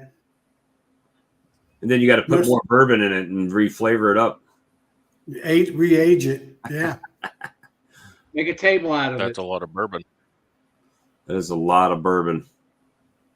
Or equivalent to one of Brad's Tanqueray bottles he buys when he goes to the store. Or you can make literal, like a bottle of bourbon, a bottle of honey. There you go, bourbon honey. Let me see. Like I said, my luck is crystallized. I can't get it out. Just get you a band heater. Put it on there, might work. Or a submersion heater. Or keep it in a fridge with a heating lamp in it. Well, Yeah, we'll see. keep I'm it gonna fill 80, it tomorrow. 90 degrees. Fill it tomorrow. Keep it in for a year. See what happens. The nobody knows, Russell. This is the first year anybody that I've seen trying it yet. And he's saying, do you wash the barrel out between batches? I wouldn't. I don't know. I'd either throw a little bit of bourbon back in it and then let it sit for a month. Especially let it get cold and hot. So keep it outside in a shaded area. Well, he's in New York. It's all shaded. Okay. Put it on top of the building. Get some shade and sun. Todd said he'll be And here. then redo it. That would work. Let's see. That'll be interesting to see how that comes out. I think Jason had a thing where he was getting some, I don't know where he got his barrel from, but he said he put the honey in and it started to seep out. So I think he did some wax on the outside to plug the gaps, any gaps that is. That must have been a really old barrel that the boards shrank a little bit, dried and shrank. So I'd be a little scared to have one that would leak. There weren't enough whiskey in it to keep it swelled. Now, I'm just guessing here, but honey, being hygroscopic, absorbs water, right? Right. So Right. is that honey going to suck the water out of that barrel enough that it's going to leak? If there's enough whiskey in it, it won't. There's no whiskey in it. It's There should be. It was charcoal. It was burnt and it had a bourbon in there for about a year. They emptied it. It's all dated, all kinds of numbers on it. So I'll just put some honey in there, see what happens. If it leaks, it leaks. Steve, I wonder if you could add moisture from the outside of the barrel to keep it swelled up. It seems kind of dry. I don't know. Hey, Steve, there's still bourbon in that wood. Oh, yes. I hope so. That's what I'm using it for. Yeah, there's still more than you think. That's I a cool hope idea. so. I'll let you know when I get that cork out, that wood cork. I bought a full-size barrel once, and I put 50 gallons of beer in it, a really dark black beer in it. And, man, it came out with a lot of whiskey flavor in it Oh, cool. when I was young. You're young now. You're only 62. That's a baby. That's true.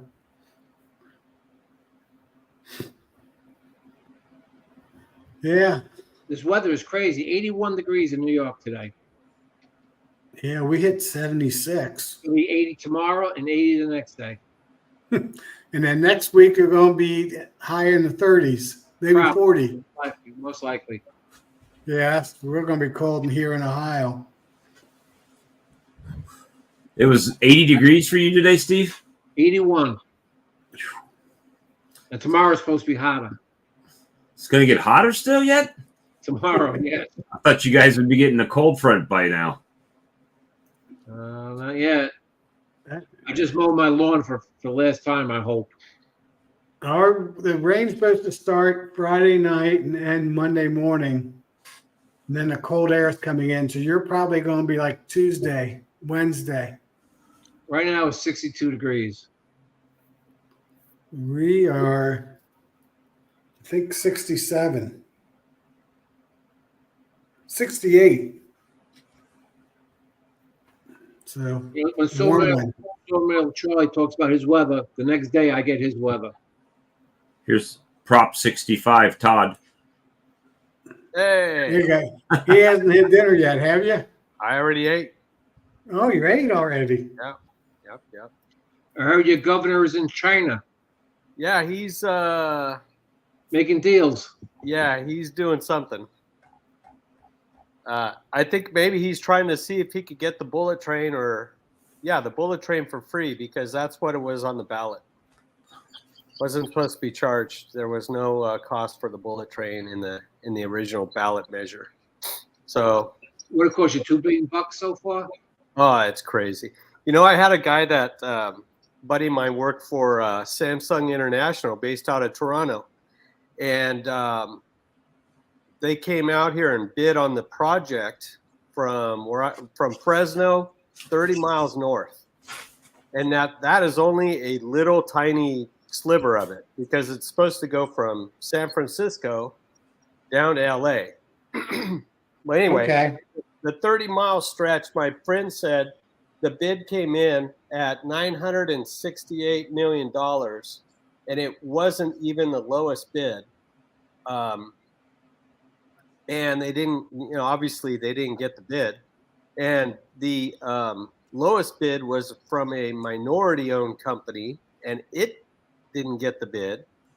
The person that won the bid was Feinstein's husband, who has all kinds of construction companies. Really? But get this, you would think with 900 and that much money, that would be laying down steel. That's not laying down steel. That's prepping the ground and laying the gravel. They will have a separate deal for laying down track. Wow. And it's a 30-mile stretch. And I'm 200 something miles away from San Francisco. So do the math. And it won't be built in 20 years. I'll never write it. Both of those guys. Right. But here's the thing. So the last time I checked, and I know we're supposed to be talking about bees, and I'll just stop after this. But the last time I checked, there's several ways to get from LA to San Francisco. You could drive, you could walk, you could run, you could take a bike, you could swim if you wanted to, you could fly, you could take You can take a drone. So there's 7 or 8 different ways to get there. But no, they want to do this. In my opinion, what they should have done was they should have built a track from out in the desert, Barstow, California, to Las Vegas as a trial,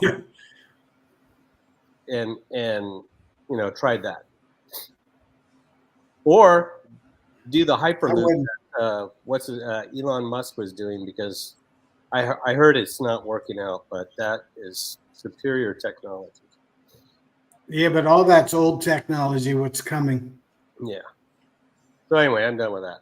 By the time they get it done, it'll all be outdated, right? It'd be 20-year-old tech going into it. So let me get on to my bee thing real quick. And technology. Are you guys aware that there's an Israeli company a couple of years ago has been trying to perfect a robotic bee for pollination in almonds? Yeah. My God, we're going full Black Mirror here. Yeah, it's crazy. Yeah, they got drones that do pollination. They didn't perfect it because they couldn't fit China under the bottom of it, on the back of it. Really, the best and only way to pollinate almonds is Mother Nature. You cannot duplicate it. Even the wind won't work. So it's got to be done by hands. Can almonds be pollinated per wind? No. I mean, I'm saying. to a degree, yes, but not very effectively. Okay. No, it has to be done by bees. Right. By touch. Yep. So anyway, I'm That's done. cool. Well, it's nice talking to you guys. I guess I'll see you later. See you, Todd. I don't want to be Johnny Downer here. Oh, wow. That's funny. But I'm here all week. Are you doing anything with your bees? No, they're in idle mode right now. They're fighting it out. They were robbing each other. Well, not robbing, but if I open the lid, they would jump on it. So I'm just kind of laying low right now. And that's about it. That's about all you got to say about that. That's about all I got to say about that. Yeah. Yeah, all I got to say is I'm winding down. In fact, I closed my last hive today. So I will not be touching them until probably a warm day and end of February, basically. Yep. So now I'm working on my horizontal that's hives my and situation. getting prepped It'll be for April. next year. Yeah, April for you. We usually get a warm day second or third week of February, so somewhere in that ballpark. Nice. So I could touch maybe mine. a warm one in December, like that get up to 50 degrees or 60. I might peek into them and just see how the reserves are. But that'd be about it. I could touch mine for about another month, and then depending on the weather, that's it until February. January if I have to. Yeah. January is our coldest month, so that's out. Usually the first 2 weeks of February is out. But then it changes pretty quick. We get some of Bob's hot air from the south comes up. Hot air every single night of the week on this stream. Yeah. You stole the words from my mind. We're weird, right? Where I'm at, right there in the south corner of Ohio, southwest corner. 1 week we'll have Canada weather, and the next week we'll have the Gulf of Mexico weather. But once we get into wintertime, it stays Canada for about 6 weeks. Christmas to February. And this time of year, it's just 1 week is warm, 1 week it's cold. It's hard on the bees. 1 week they're bundled up tight, the next week they're flying.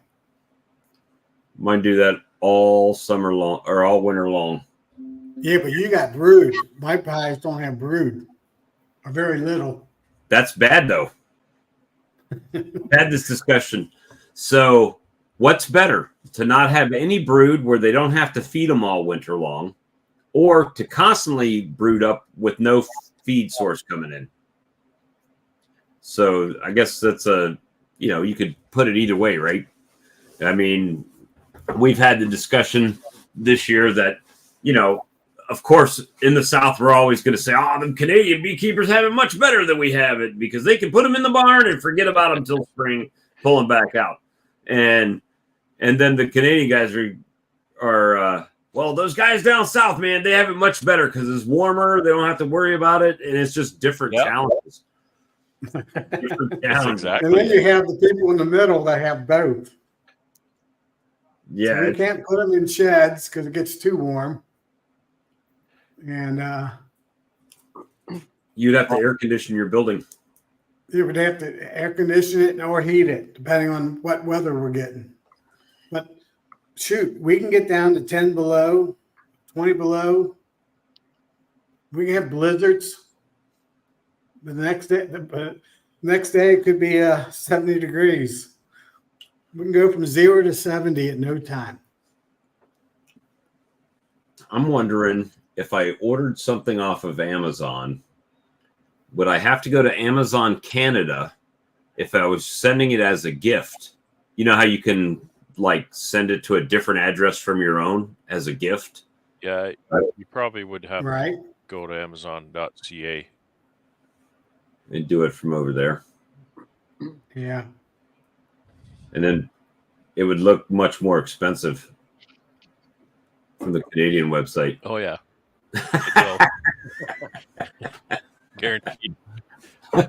Wow, he spent $1 million. Well, it was only $19.95. But Exactly. It's $5 US. They're so mean. Bob? yeah, Me? Never. No. Yeah, actually, I saw one hive beetle today. Somebody brought up hive beetles. Out of my 14 hives, taking the lid off, I saw one. So we don't have that many anymore. The hive beetles, bane of my existence. It's a dead one.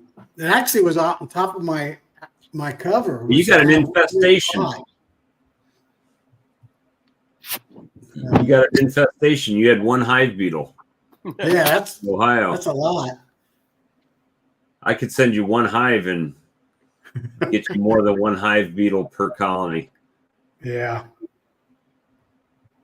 I would say out of my 40 hives, I've probably seen maybe 30 hive beetles the whole summer.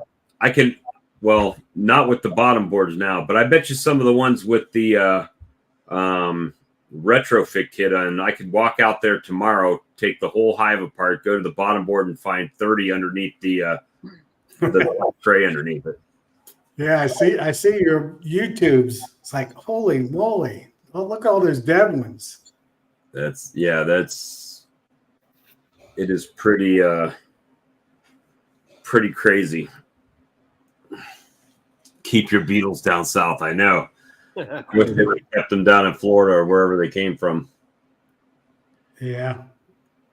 They die here during wintertime, and I guess one or two survives, and then takes the whole year for them to get any numbers up, and I'll finally see them in September. That's about it. So I don't worry about them. They're not an issue. They start walking much slower in the wintertime. They're easier to smash. Yeah. Very much easier to smash. They're not walking at all. Yeah, they're just barely moving. Much easier to hive tool test. Right.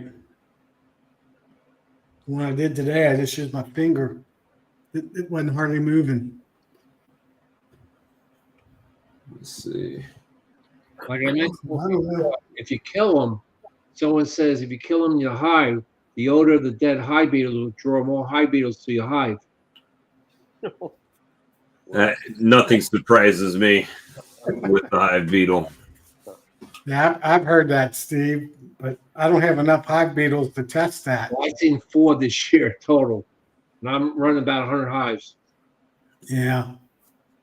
Yep. I've been listening to your lies for 2 years now where I'm going to downsize. I'm going to downsize. I'm trying to. By the way, how's the hives doing I gave you? They're some of my best ones. I mean, that one that we set on the ground over there, it's basically a triple deep right now. So, and they're packing it out. So Good. I might reduce them down some more now, but they were, because of the warmth, they've been kind of exploding. So I actually gave them some more room. So I didn't pick them out of, my December swarm out of a tree somewhere. But yeah, they're doing really good. Good. Hey, Bob, have you noticed anything with genetics and small hive beetles? Like your queens? I think it's just northern bees they don't respond to hive beetles the way the southern ones do.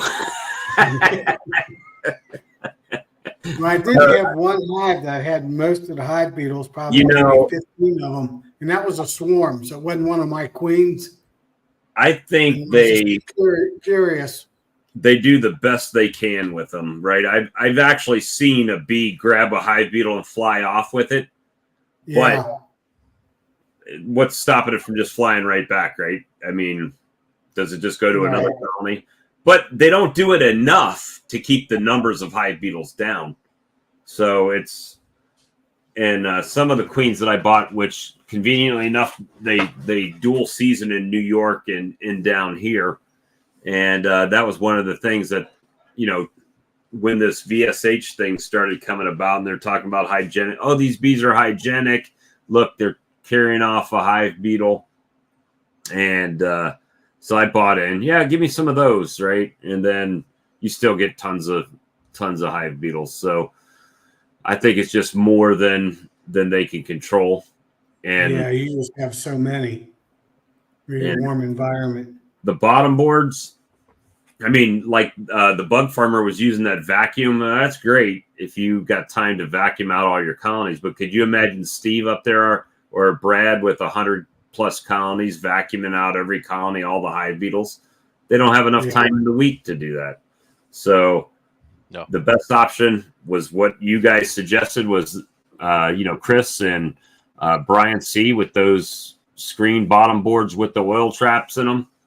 Best thing ever down here, because the bees tackle them down, they fall through the grate, they drown in the oil, done. And Right. and a lot of people say treat the soil, all that's great. However, because of the way the hive beetle flies in, and then they destroy your colony, and then those larvae go out into the ground, so you're not really saving the colony now, and Right. there's nothing to stop more beetles from flying in. So it's almost like, I understand you're controlling the population, but I'm not really seeing a reduction in hive beetles from treating the ground here. Other places, maybe it's different, but right now it's not really doing much. Have you tried a tube entrance? No, I've tried both of the guardian entrances. Yeah.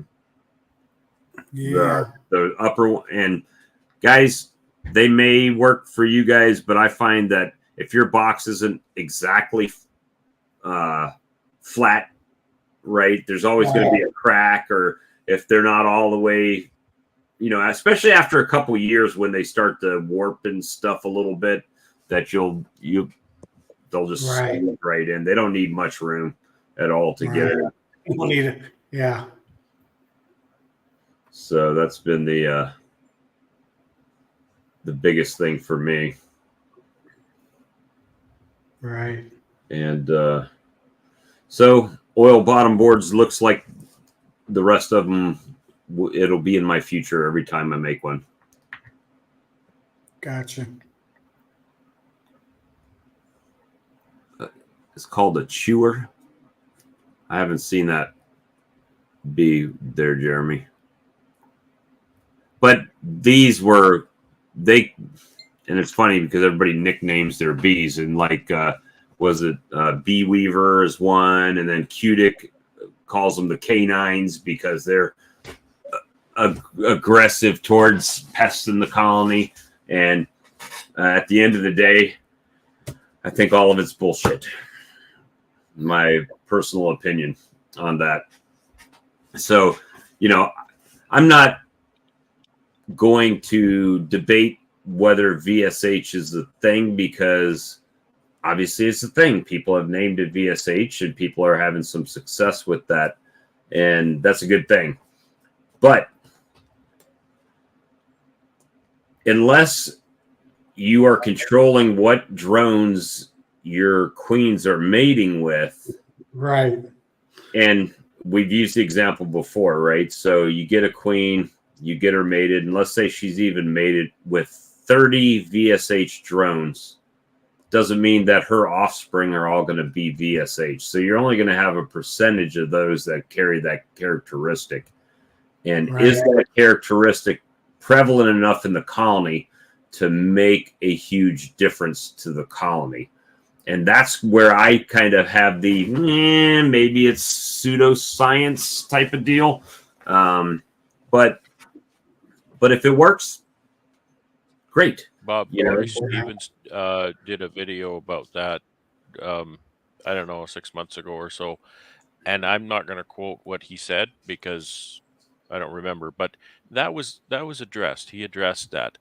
And from what I recall, it wasn't as big a problem as what it might seem. And that's why he sells virgins, VSH virgins, to be mated in your yard.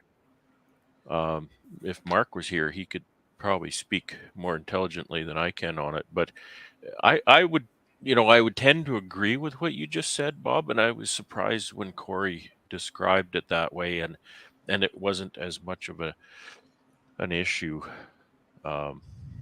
So that's all I'm going to say on it. But I think reviewing that information from Corey would be in order for that. Yeah, I'll have to check that out and see. Just And, to get a good understanding of how that works. And maybe he's been doing it long enough in his yard that now his drones are getting more of that, right? So there's something to be said for that. But, you know, and I've used the analogy this is just the way I think about it, guys. It's not fact or anything like that. It's just from my experience in science and what I've studied is like what we're trying to do is I've got one redheaded sister, one redheaded niece, right? I have no redheaded kids myself. So what we're trying to do is basically make all of our bees only raise redheads, right? Only we want redheaded genes. We only want redheaded traits in our colonies. So that's what we're trying to breed out. And it's very difficult. It takes years and years and years and years to achieve that. Not to say that it won't eventually happen. I just don't know that we're there right now with that personally. But again, if you're having success and it's less mites is less mites, and that's a good thing. So I like what other people are doing. Instead of doing VHS, they're actually testing queens before the flow, and then they test the queens after the flow for the mites. And they then breed off the best queens that handled mites through flow. I had someone that called me. Randy Oliver's been doing. Yeah, and I think Ian might be doing that now. Do we want to let this guy in? I don't know. There, Brad, one of the guys I saw it in one of the YouTubes. Hey, Brian. Howdy. How are you doing, Brian? I like that approach because that's taking care of all the genetics. It's You let anybody in here. Yeah, I know. Well, you know, you let me stream last night, so looks like it. Did you see the name of that stream? I did. Cheap replacement stream. Ian even threw up LOLs on there. Yeah. So. I was asleep at God, I was asleep before 9 o'clock last night. You've had a tough week. This is my last week of being in this bloody hotel room. Then it'll be a different hotel room? No, then I'm working from home for 2 months. There you go. Hey, that's good. Yeah. You'll be able to spend the holidays at home. That's good. Yeah, yeah. Santa Claus. Yes, sir. What's happening? Where are you in Jersey? Me? Yeah. No, I'm in Cleveland. Oh, in Cleveland. Oh, okay. So it's just far enough. I mean, I could drive every day, but I'm not driving every day. I'm not adding like 2+ hours of driving every day onto my schedule. Right. So the company that I work with, they'll give us hotel rooms. So I just get a hotel room and it's like 6 minutes away from work. So think of all the mileage dollars you could be making. I actually did think about that this week. I was sitting there with a calculator trying to figure out like the extra cash, you know. Yeah, but wear and tear in your vehicle unless you rent one. Well, yeah, we can get a rental car, but then I was thinking also about the hotel points because I told my wife, I said, I got X amount of points now, and she wants to go on another Caribbean thing, so we might be going to Aruba again. And I said, I love Aruba. I'm like on the cusp, you know, as far as points to being able to get a week hotel stay down there. So it's like, oh, I'll take the hotel points. Yeah. So, Aruba is one of the few places I've been to that has casinos that I actually came home with more than I left with. after buying gifts and everything, still came home with more money than I went to Aruba with. They want you to come back. It's a happy little island. Isn't that what the slogan is? One happy island. One happy island. I love that place. Yeah. We've been there 3 times, and it's like I mean, we could go somewhere else, but we know it. And when we go, like the last time we went, we didn't even really need GPS because we've been there and driven all over the island. It's not big, Right. you know, so we But can they drive couldn't around. find Natalie Holloway, so it's got to be at least that big. She was tossed in the ocean. But yeah, so my wife's the kind of person that, oh, let's go to Aruba. Great. We go to Aruba. And then the next time it's like, you know what? I'd really like to go back to Aruba, but we've already been there before. Let's go somewhere else. The last time my wife and I went there, literally, she said the one thing she wanted to see were those wild donkeys that roam around. Right. And we're driving all around on like the eastern side where there's not much. And we're driving around and around and around. And then when we finally saw him, I said, and she was thrilled, thrilled that she is up and she's petting them and stuff. And I said, we literally are on a tropical island, and this is like what excites you is you're petting an ass. I'm like, You were going came there. to Aruba and you're petting a donkey. And I This guess is what excites. they had a drink at the hotel we stayed at the resort. It was called a Yellowbird. Yellowbird, I never heard of that one. Yeah, well, if you go back, tell them to make you a Yellowbird. It's basically, fruit juice and rum, right? Yeah. So it's several different fruit juices and a lot of rum, and Nice. good times. So the one time we were there, we ran into this couple that it was a guy that was around my age, and he had a significantly younger girlfriend. And the guy was polluted rich. Like he met his girlfriend, and he didn't want her to think that he had money. They met in Chicago. They were at I think it was a White Sox game, and he picked her up in his Bentley. I said, so if you didn't want your wife to think that you had money, I'm like, you should have rented like a Cavalier or something.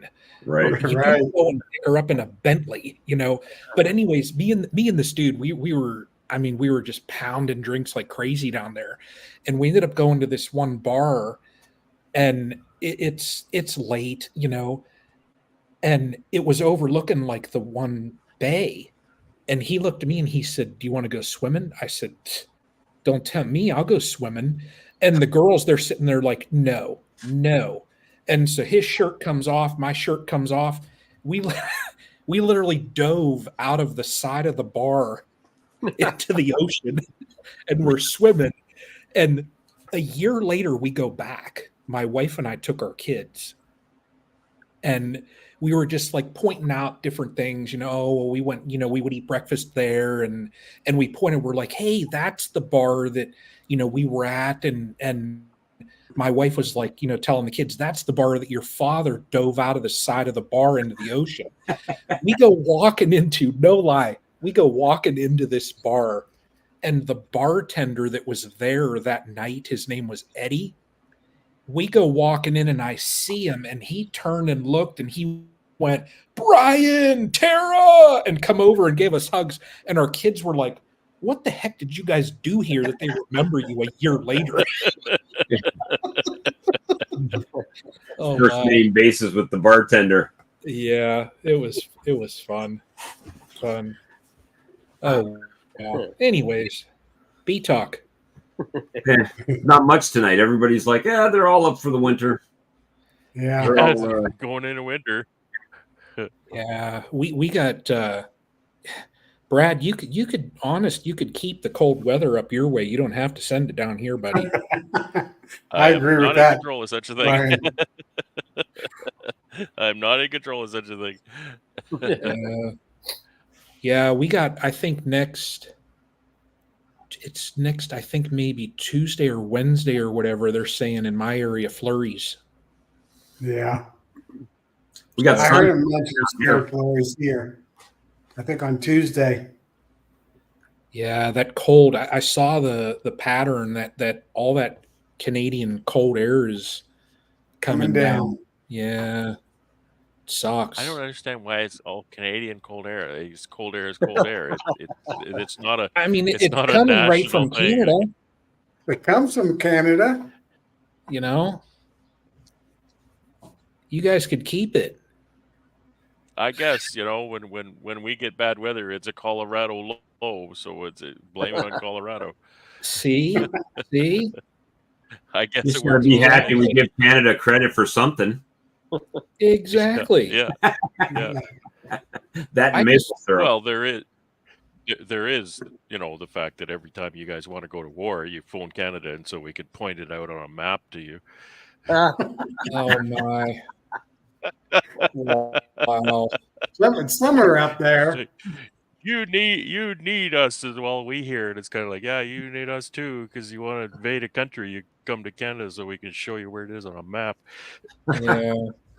Keep Well, talking. Your Christmas gifts getting cheaper and cheaper as we speak. Our, You guys see what Brian admini- said? our administration Uh, doesn't even know how to get off a stage, let alone where another country is. Yeah. True. So Canadian bacon isn't real bacon. They don't even. It's just bacon in Canada. It isn't actually. Put up Nobody Brian's eats comment Canadian from bacon Flower here. Street. Wednesday, a high of, yeah, I saw that. But you know what, Randy, I saw after that it's going to warm up. Like, I think we have 3 days. Isn't that what they said, Tom? Isn't it, 3 days of cold? Yeah, 3 or 4. And then it's going to creep back up a little bit. So, Yeah, I saw 50 the following weekend. yeah. That's long. That's too far out there, though. Who knows? Yeah, well, yeah. Yeah. It's getting so bad here that today I was interested in the hourly forecast, just on the hope that I would get a little bit, just a degree or two more, so that I could work outside without freezing to death. It's kind Yeah. of like, oh, there's my door. It's 3:00. Let's go. Right. Crazy. It's just getting good over here. It's middle to low Right. 70s. It's finally getting manageable, right? Yeah. Yeah. No more hundreds, no more 99s. That's Right. crazy. It's only 80 here today. Where's this warm weather, Todd? Where's this Huh? warm weather? Where's this warm weather? Todd, where are you at? I'm in Central California with Fresno. Well, Okay. Clovis. Okay. Are you pretty close? I'm like 5 hours south of Jose Okay. in the center of the state. I worked, How close are you to the coast? 3 hours. Okay, so you don't get that effect No. too much. what's the bigger city that Jose is near? Uh, Ooh. well, Let me see. there's Redding is up north. 'Cause I visited Jose when I was out there, and I forget what the heck town I was in. I thought you were in the Bay Area. You were somewhere in the Yeah. Bay Area, I think. I think you drove up there. I seem to remember that. But after the Bay Area, I'm going to bow out. All right, Tom. All right, Tom. Man, I forget where the Yeah, heck. everybody be good. Nice talking to you. See us. Something like that. There we go. Yeah, Maybe- nice talking to everybody. Night, Tom. Night. See you, Tom. Maybe it was Sacramento. That's probably the biggest one that's left in California after you go north of there. I forget where the heck I was at. So, I know he's near Chico. Is that? Chico's a college town. It's Okay. not a it's not a real. Doesn't mean anything to me. I don't know No. what that means. That means there's a lot of kids running around there from August to May, and then it quiets down for. It was Okay, Sacramento. that's what that means. Was it Sacramento? Yep. Yeah, I'm looking on my phone. Yeah, I got places that I had visited there. Yeah, it was Sacramento. Yeah. So Sacramento for me is 3 hours north. Okay. Yeah.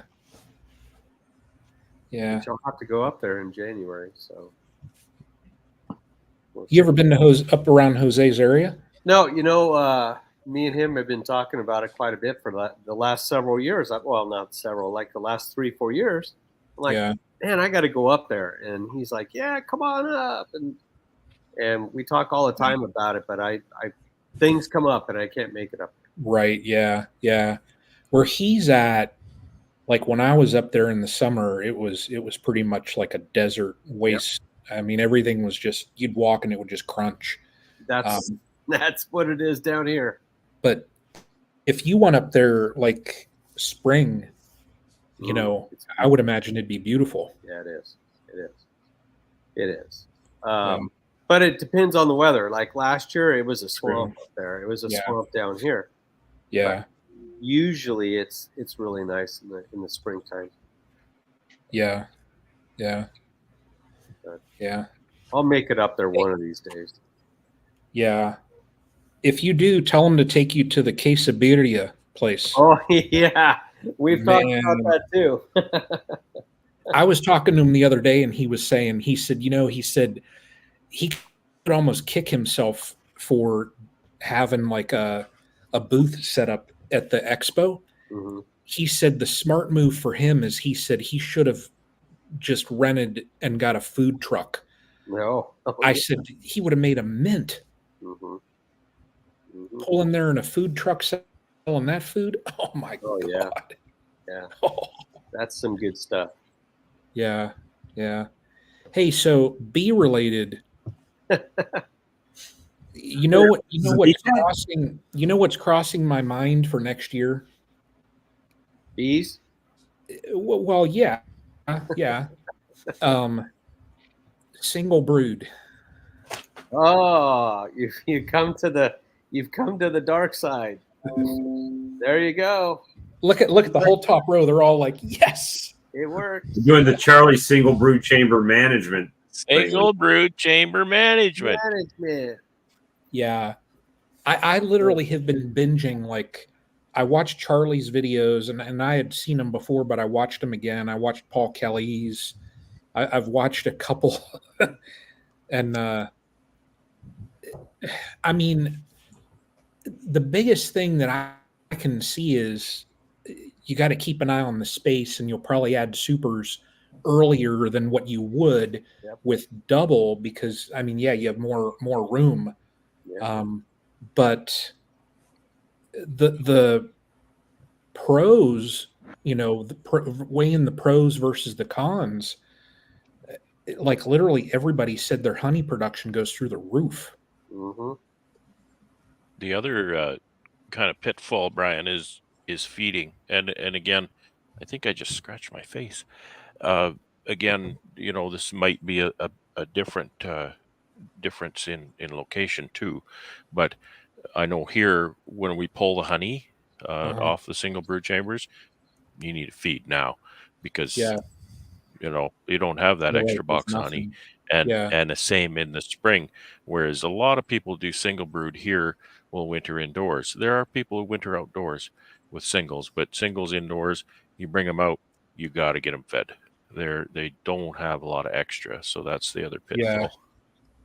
But see, I feed now though, so you know, feeding really that's not it's not like that would be something new as far as my management. I probably would have to feed more, I'm sure, just to make sure they're at weight. But might not be new, but I remember the year I switched to single, and it was just timing.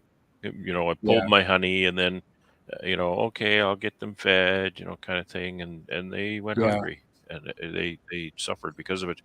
So it was kind of like, you know, you show up with the truck to pull honey, you better have your truck full of pails or syrup or something, you know, because it can't be more than just the next day.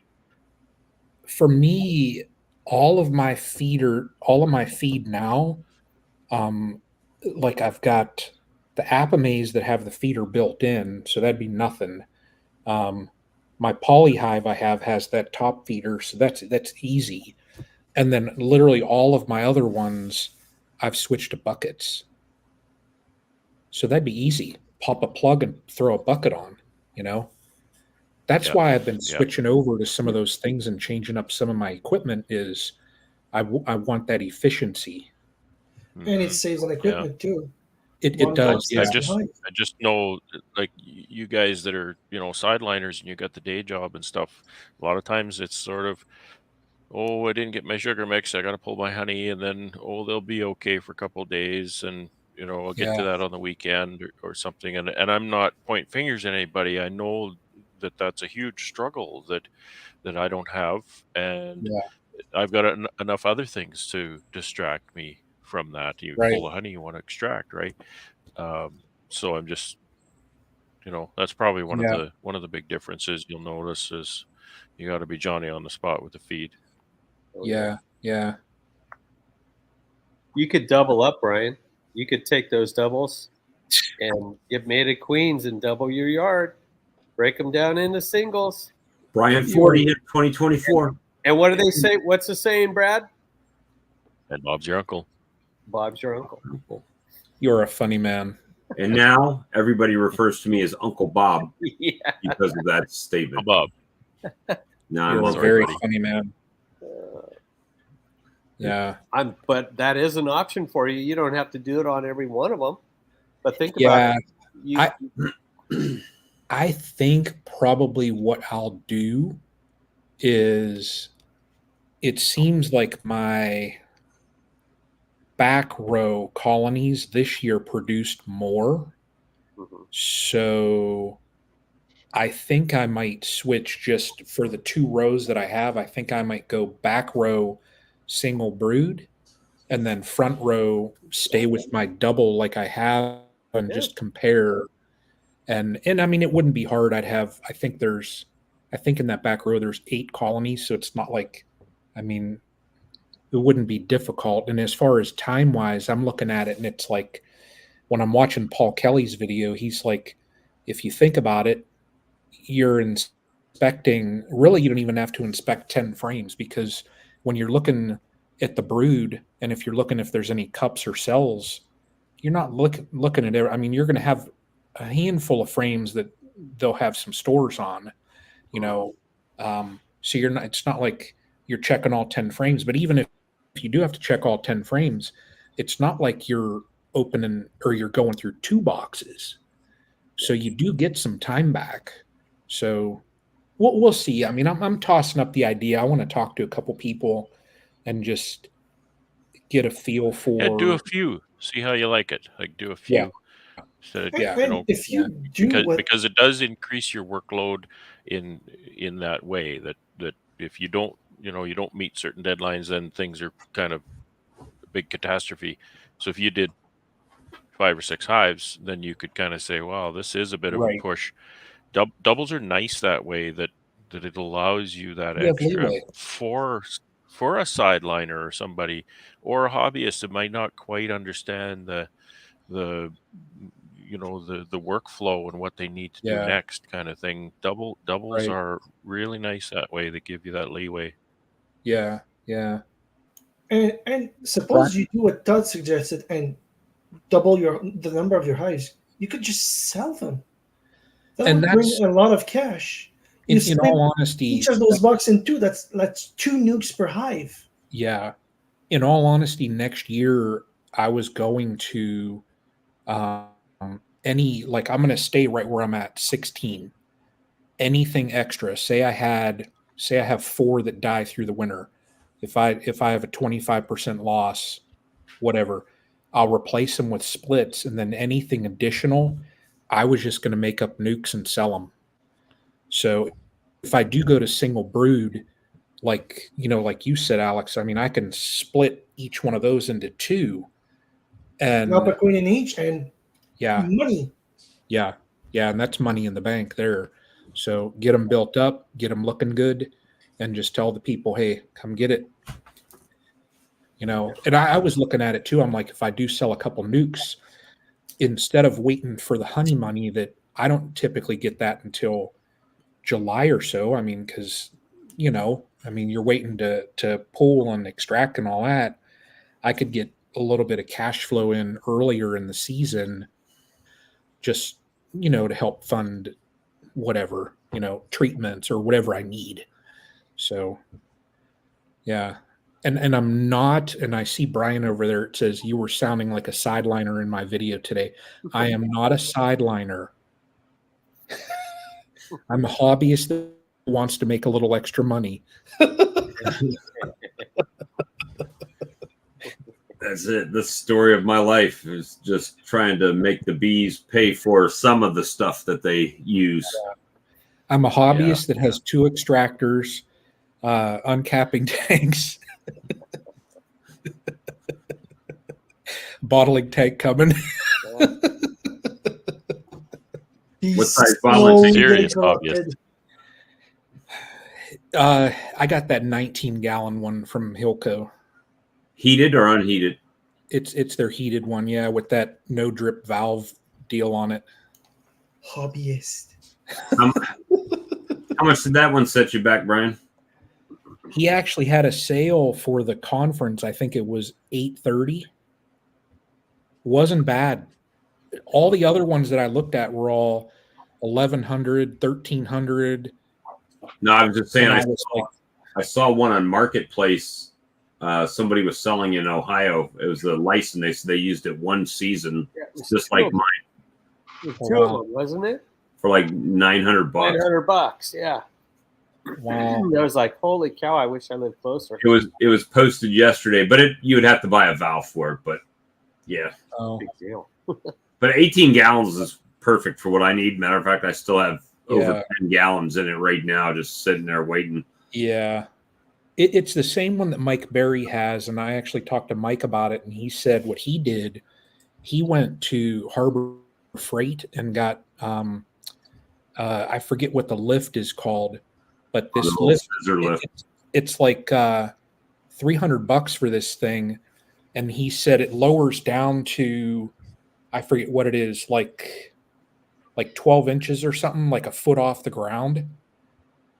And then it'll raise up like 3 feet or whatever it is. So he said when he doesn't have to bottle, he said he just lowers it down. That way it's sitting almost on the ground. And whenever he bottles, he raises it all the way up. He said that way he doesn't have to sit in a chair if he doesn't want to. He just raises the darn thing up and just bottles. And when he's done, lowers it back down.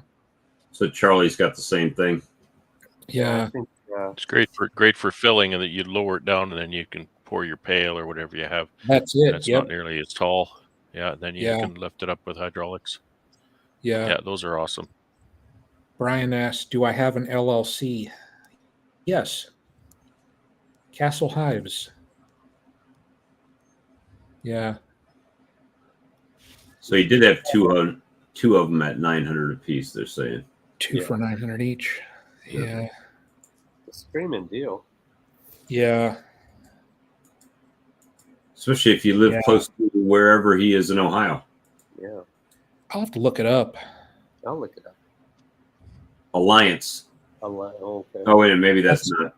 Alliance isn't that far from me. That might be the different guy. Hold on. No. Let's see. If he's got it on here. They might be. DeGraff, Ohio. 43318.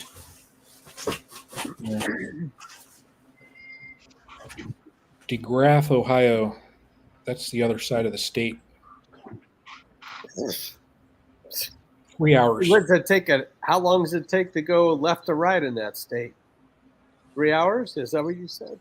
It's actually more than that, but yeah, because I'm where I live at, I'm like 20 minutes from the Pennsylvania line. Oh, okay. So, and that DeGraff is west of Columbus and a little bit north of Dayton. So, but now from DeGraff to Louisville, Kentucky is 3 hours, 15 minutes. So you got a 6.5 hour drive basically to the Nobby? No, I don't think it's that far because it's like 9.5 hours for me to get there. Let me see. For me to get to Louisville, 5 hours, 40 minutes. So not bad. I'll stop once. Not bad. Yeah, and I plan on getting down to Louisville on the Thursday when, what is it, from 1 to 5, I think, on Thursday? Yeah, I think so. They're doing a meet and greet, but it's like earlier, right? Yeah. I plan on leaving at like 7 a.m. or whatever on Thursday. That way I don't have to pay for a hotel room Wednesday. I can, I'll have the car loaded and just get on the road about 7 a.m. and I can get down there about 1 and, just go to the expo. And then after the expo's done, I'll just go check into the hotel. And last year, if I'm not incorrect, that they started Thursday morning with the vendors getting in there, right? And then when they were done, they had the evening part was the meet and greet / shop. You can go through their shop. So we came up on Wednesday last year. So probably we'll do that again this year as well. I guess. So I talked to Jason Crook the other day, and I guess they're letting the vendors in on Wednesday. Oh, okay. So he's actually driving up on like Tuesday and then going to set up on Wednesday and get everything all done. That way, come Thursday, he doesn't have to do anything. Can just hang out. Yeah. So. Sounds like a plan. Yeah. And I think this year, this will be the first year that I'll be there all 3 days. It'll be my third time going and the first time I'm there for the whole thing. I've got a picture somewhere of what you looked like the morning you came in. Oh, it was bad last year. You were beat down. That was a hard day. I slept 1 hour in like a day and a half or something like that. Of course, it's way back in my phone, so I'll probably never be able to find it again. Yeah. Well, it's I hate to folder. interject, but I have to go. So sure, nice seeing everybody, and try to have a good time without me, as difficult as it might be. Yeah, we're getting ready to get out of here anyway because it's after 10. Actually, it's almost 10:30. So we'll probably go to about 10:30 and then. Yeah. Let me see. Okay. Brian All says, right, Brad. Gotta run. Take care. Good night, everybody. Take care. But Brian says he got to meet Fred Dunn. I just got to have dinner with Fred the other day. He was talking at the same bee club that I actually spoke at earlier in the year. He was going to be their guest, and their VP let me know and then invited me. So I went and got to sit and chat with Fred a little bit, and Annette was there too. So, yeah. I haven't talked to Fred before. I tell you, he's something. He's very, very, very intelligent. Right. Also, if you want to crack jokes with him, you got to make sure you're on top of it because he's. That's the military in him right there. Yeah, he'll come back in a heartbeat, but when he comes back at you, he'll have you sitting there pausing for a minute, just thinking about how he cut you in half.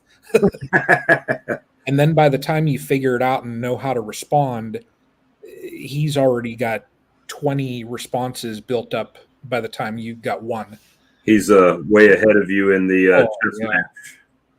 Yeah. So, Brian, be happy you don't have that to deal with where you're at. Oh my gosh. This was earlier in the year. Hive beetles, hive beetle larvae, all the pollen that they ruined out of the colony. No way. I told you when I say I saw a few, I've seen 3.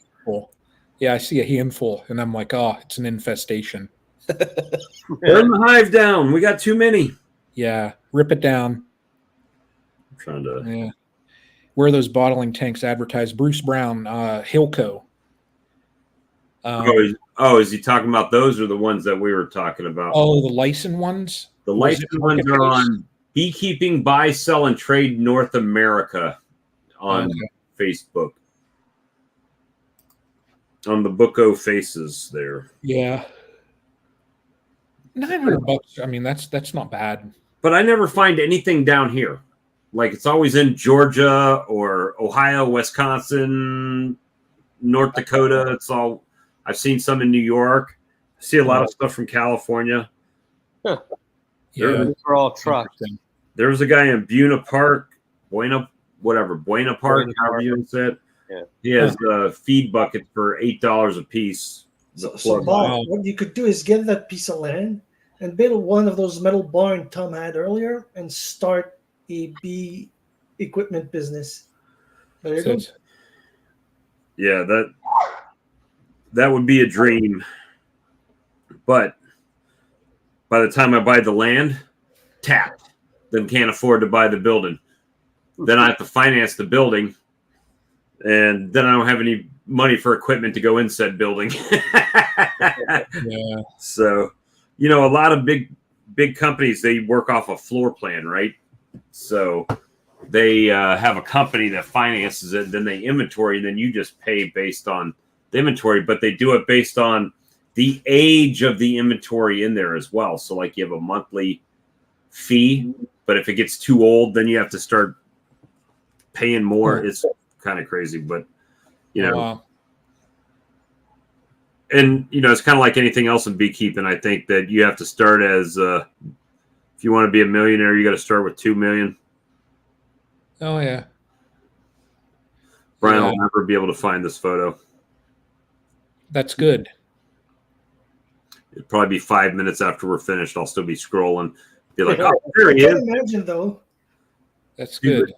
Matter of I fact, like it. not only was it Brian being tired, but it was not even a flattering picture. It was like in between, you know, it's like, hold on. And then, you know, you hit the button and then it clicks like you think the photo's done.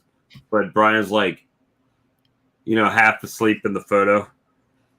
He's gonna show it too. If I can ever find it, if I can You got ever 3 find minutes. Uh, it, I got 2 minutes to find it. 2 or 3 minutes. Yeah, 2 Yeah. minutes. I think I'm at March right now because I just saw my Bronco, so I got to keep Just going Can't you, back. like look by month or something. I don't know. Probably for smart people could probably do that. You guys want to hear a deal? So a town about 45 miles north of me, a 2007 Hummer Bee Turbo, $43,000. It's 16 years old. It's $43,000. It's got 2,800 hours on it. Wow. That's because he just bought a brand new one and he needs you to pay his off for him. Yeah, and then Yeah. there's another one, a 2003 for $26,500.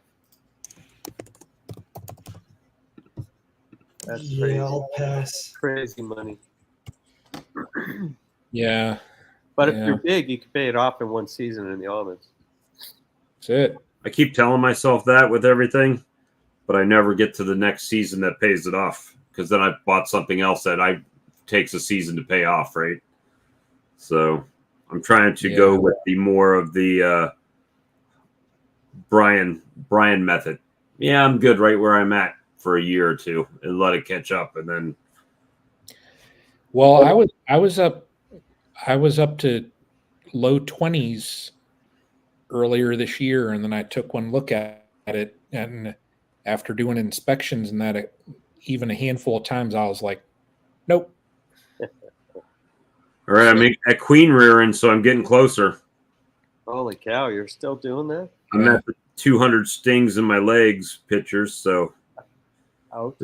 we're getting there. Oh, hope video of a live. Yeah, 2021. I did a couple of them with Fat Bee Man. Yeah. Yeah, and I didn't have any of this. Yeah, I'm actually growing. This is getting, I can actually grab it pretty good now. So it's getting there. So Somehow I lost that ability. Alex, we can do a transplant, but you'll have gray. Oh, I have plenty of gray. I'm older than I look. Yeah. All right, I'm at Hive Life now. My gray is, man. There it is. Got it. Oh, Here we come go. on. It's 7:30. It's 10:30. Yeah, it's 10:30. Oh yeah. Look at it. Look at the bags. You are Wow. You so look really tired tired. right there. There's Paul. I was there, though. Golf in the back. I was there though. There's Ian. Yeah. Hey, I'm wearing the same. See, I didn't change. This January. Look It's at closed. Let's see. There's Russell Koopman. Yeah. Let's see who else I got on here. There's Grayson. Oh yeah. It's blurry. I mean, my photo's not blurry, just the camera. I don't know who that fella is. You guys recognize that guy back there? Oh wow. Yeah. Yeah. I might actually Curtis, the junior beekeeper. I might actually stop at Bruce's in November. There's Paul from Hail Hives. Yeah. It's a good time. We had a good time there. Yeah. I don't know who that guy is. That joker right there. Oh man. World famous. World famous. Mike Berry. The two Navy guys right there. There's Brad from Cajun Homestead. Wow. What's he been up to? He comes in every so often. I'm not sure. I haven't talked to him lately. Yeah. And then I don't know why Yappy looks like he's got a mark on his face, but he doesn't. Oh, it's a shadow from his GoPro wire. Yappy's nuts. And Mr. Ed. Yeah. Yeah, I'll be there. I'll be there each day this time. So I'll actually be rested and We can get a good photo then. I won't look like a zombie. DJ Barracuda. Oh, damn, yeah. First time I met Lee Oh, wow. was at we'd been doing a stream for almost a year. Yeah. And Yeah. everybody on the stream knows that guy, James.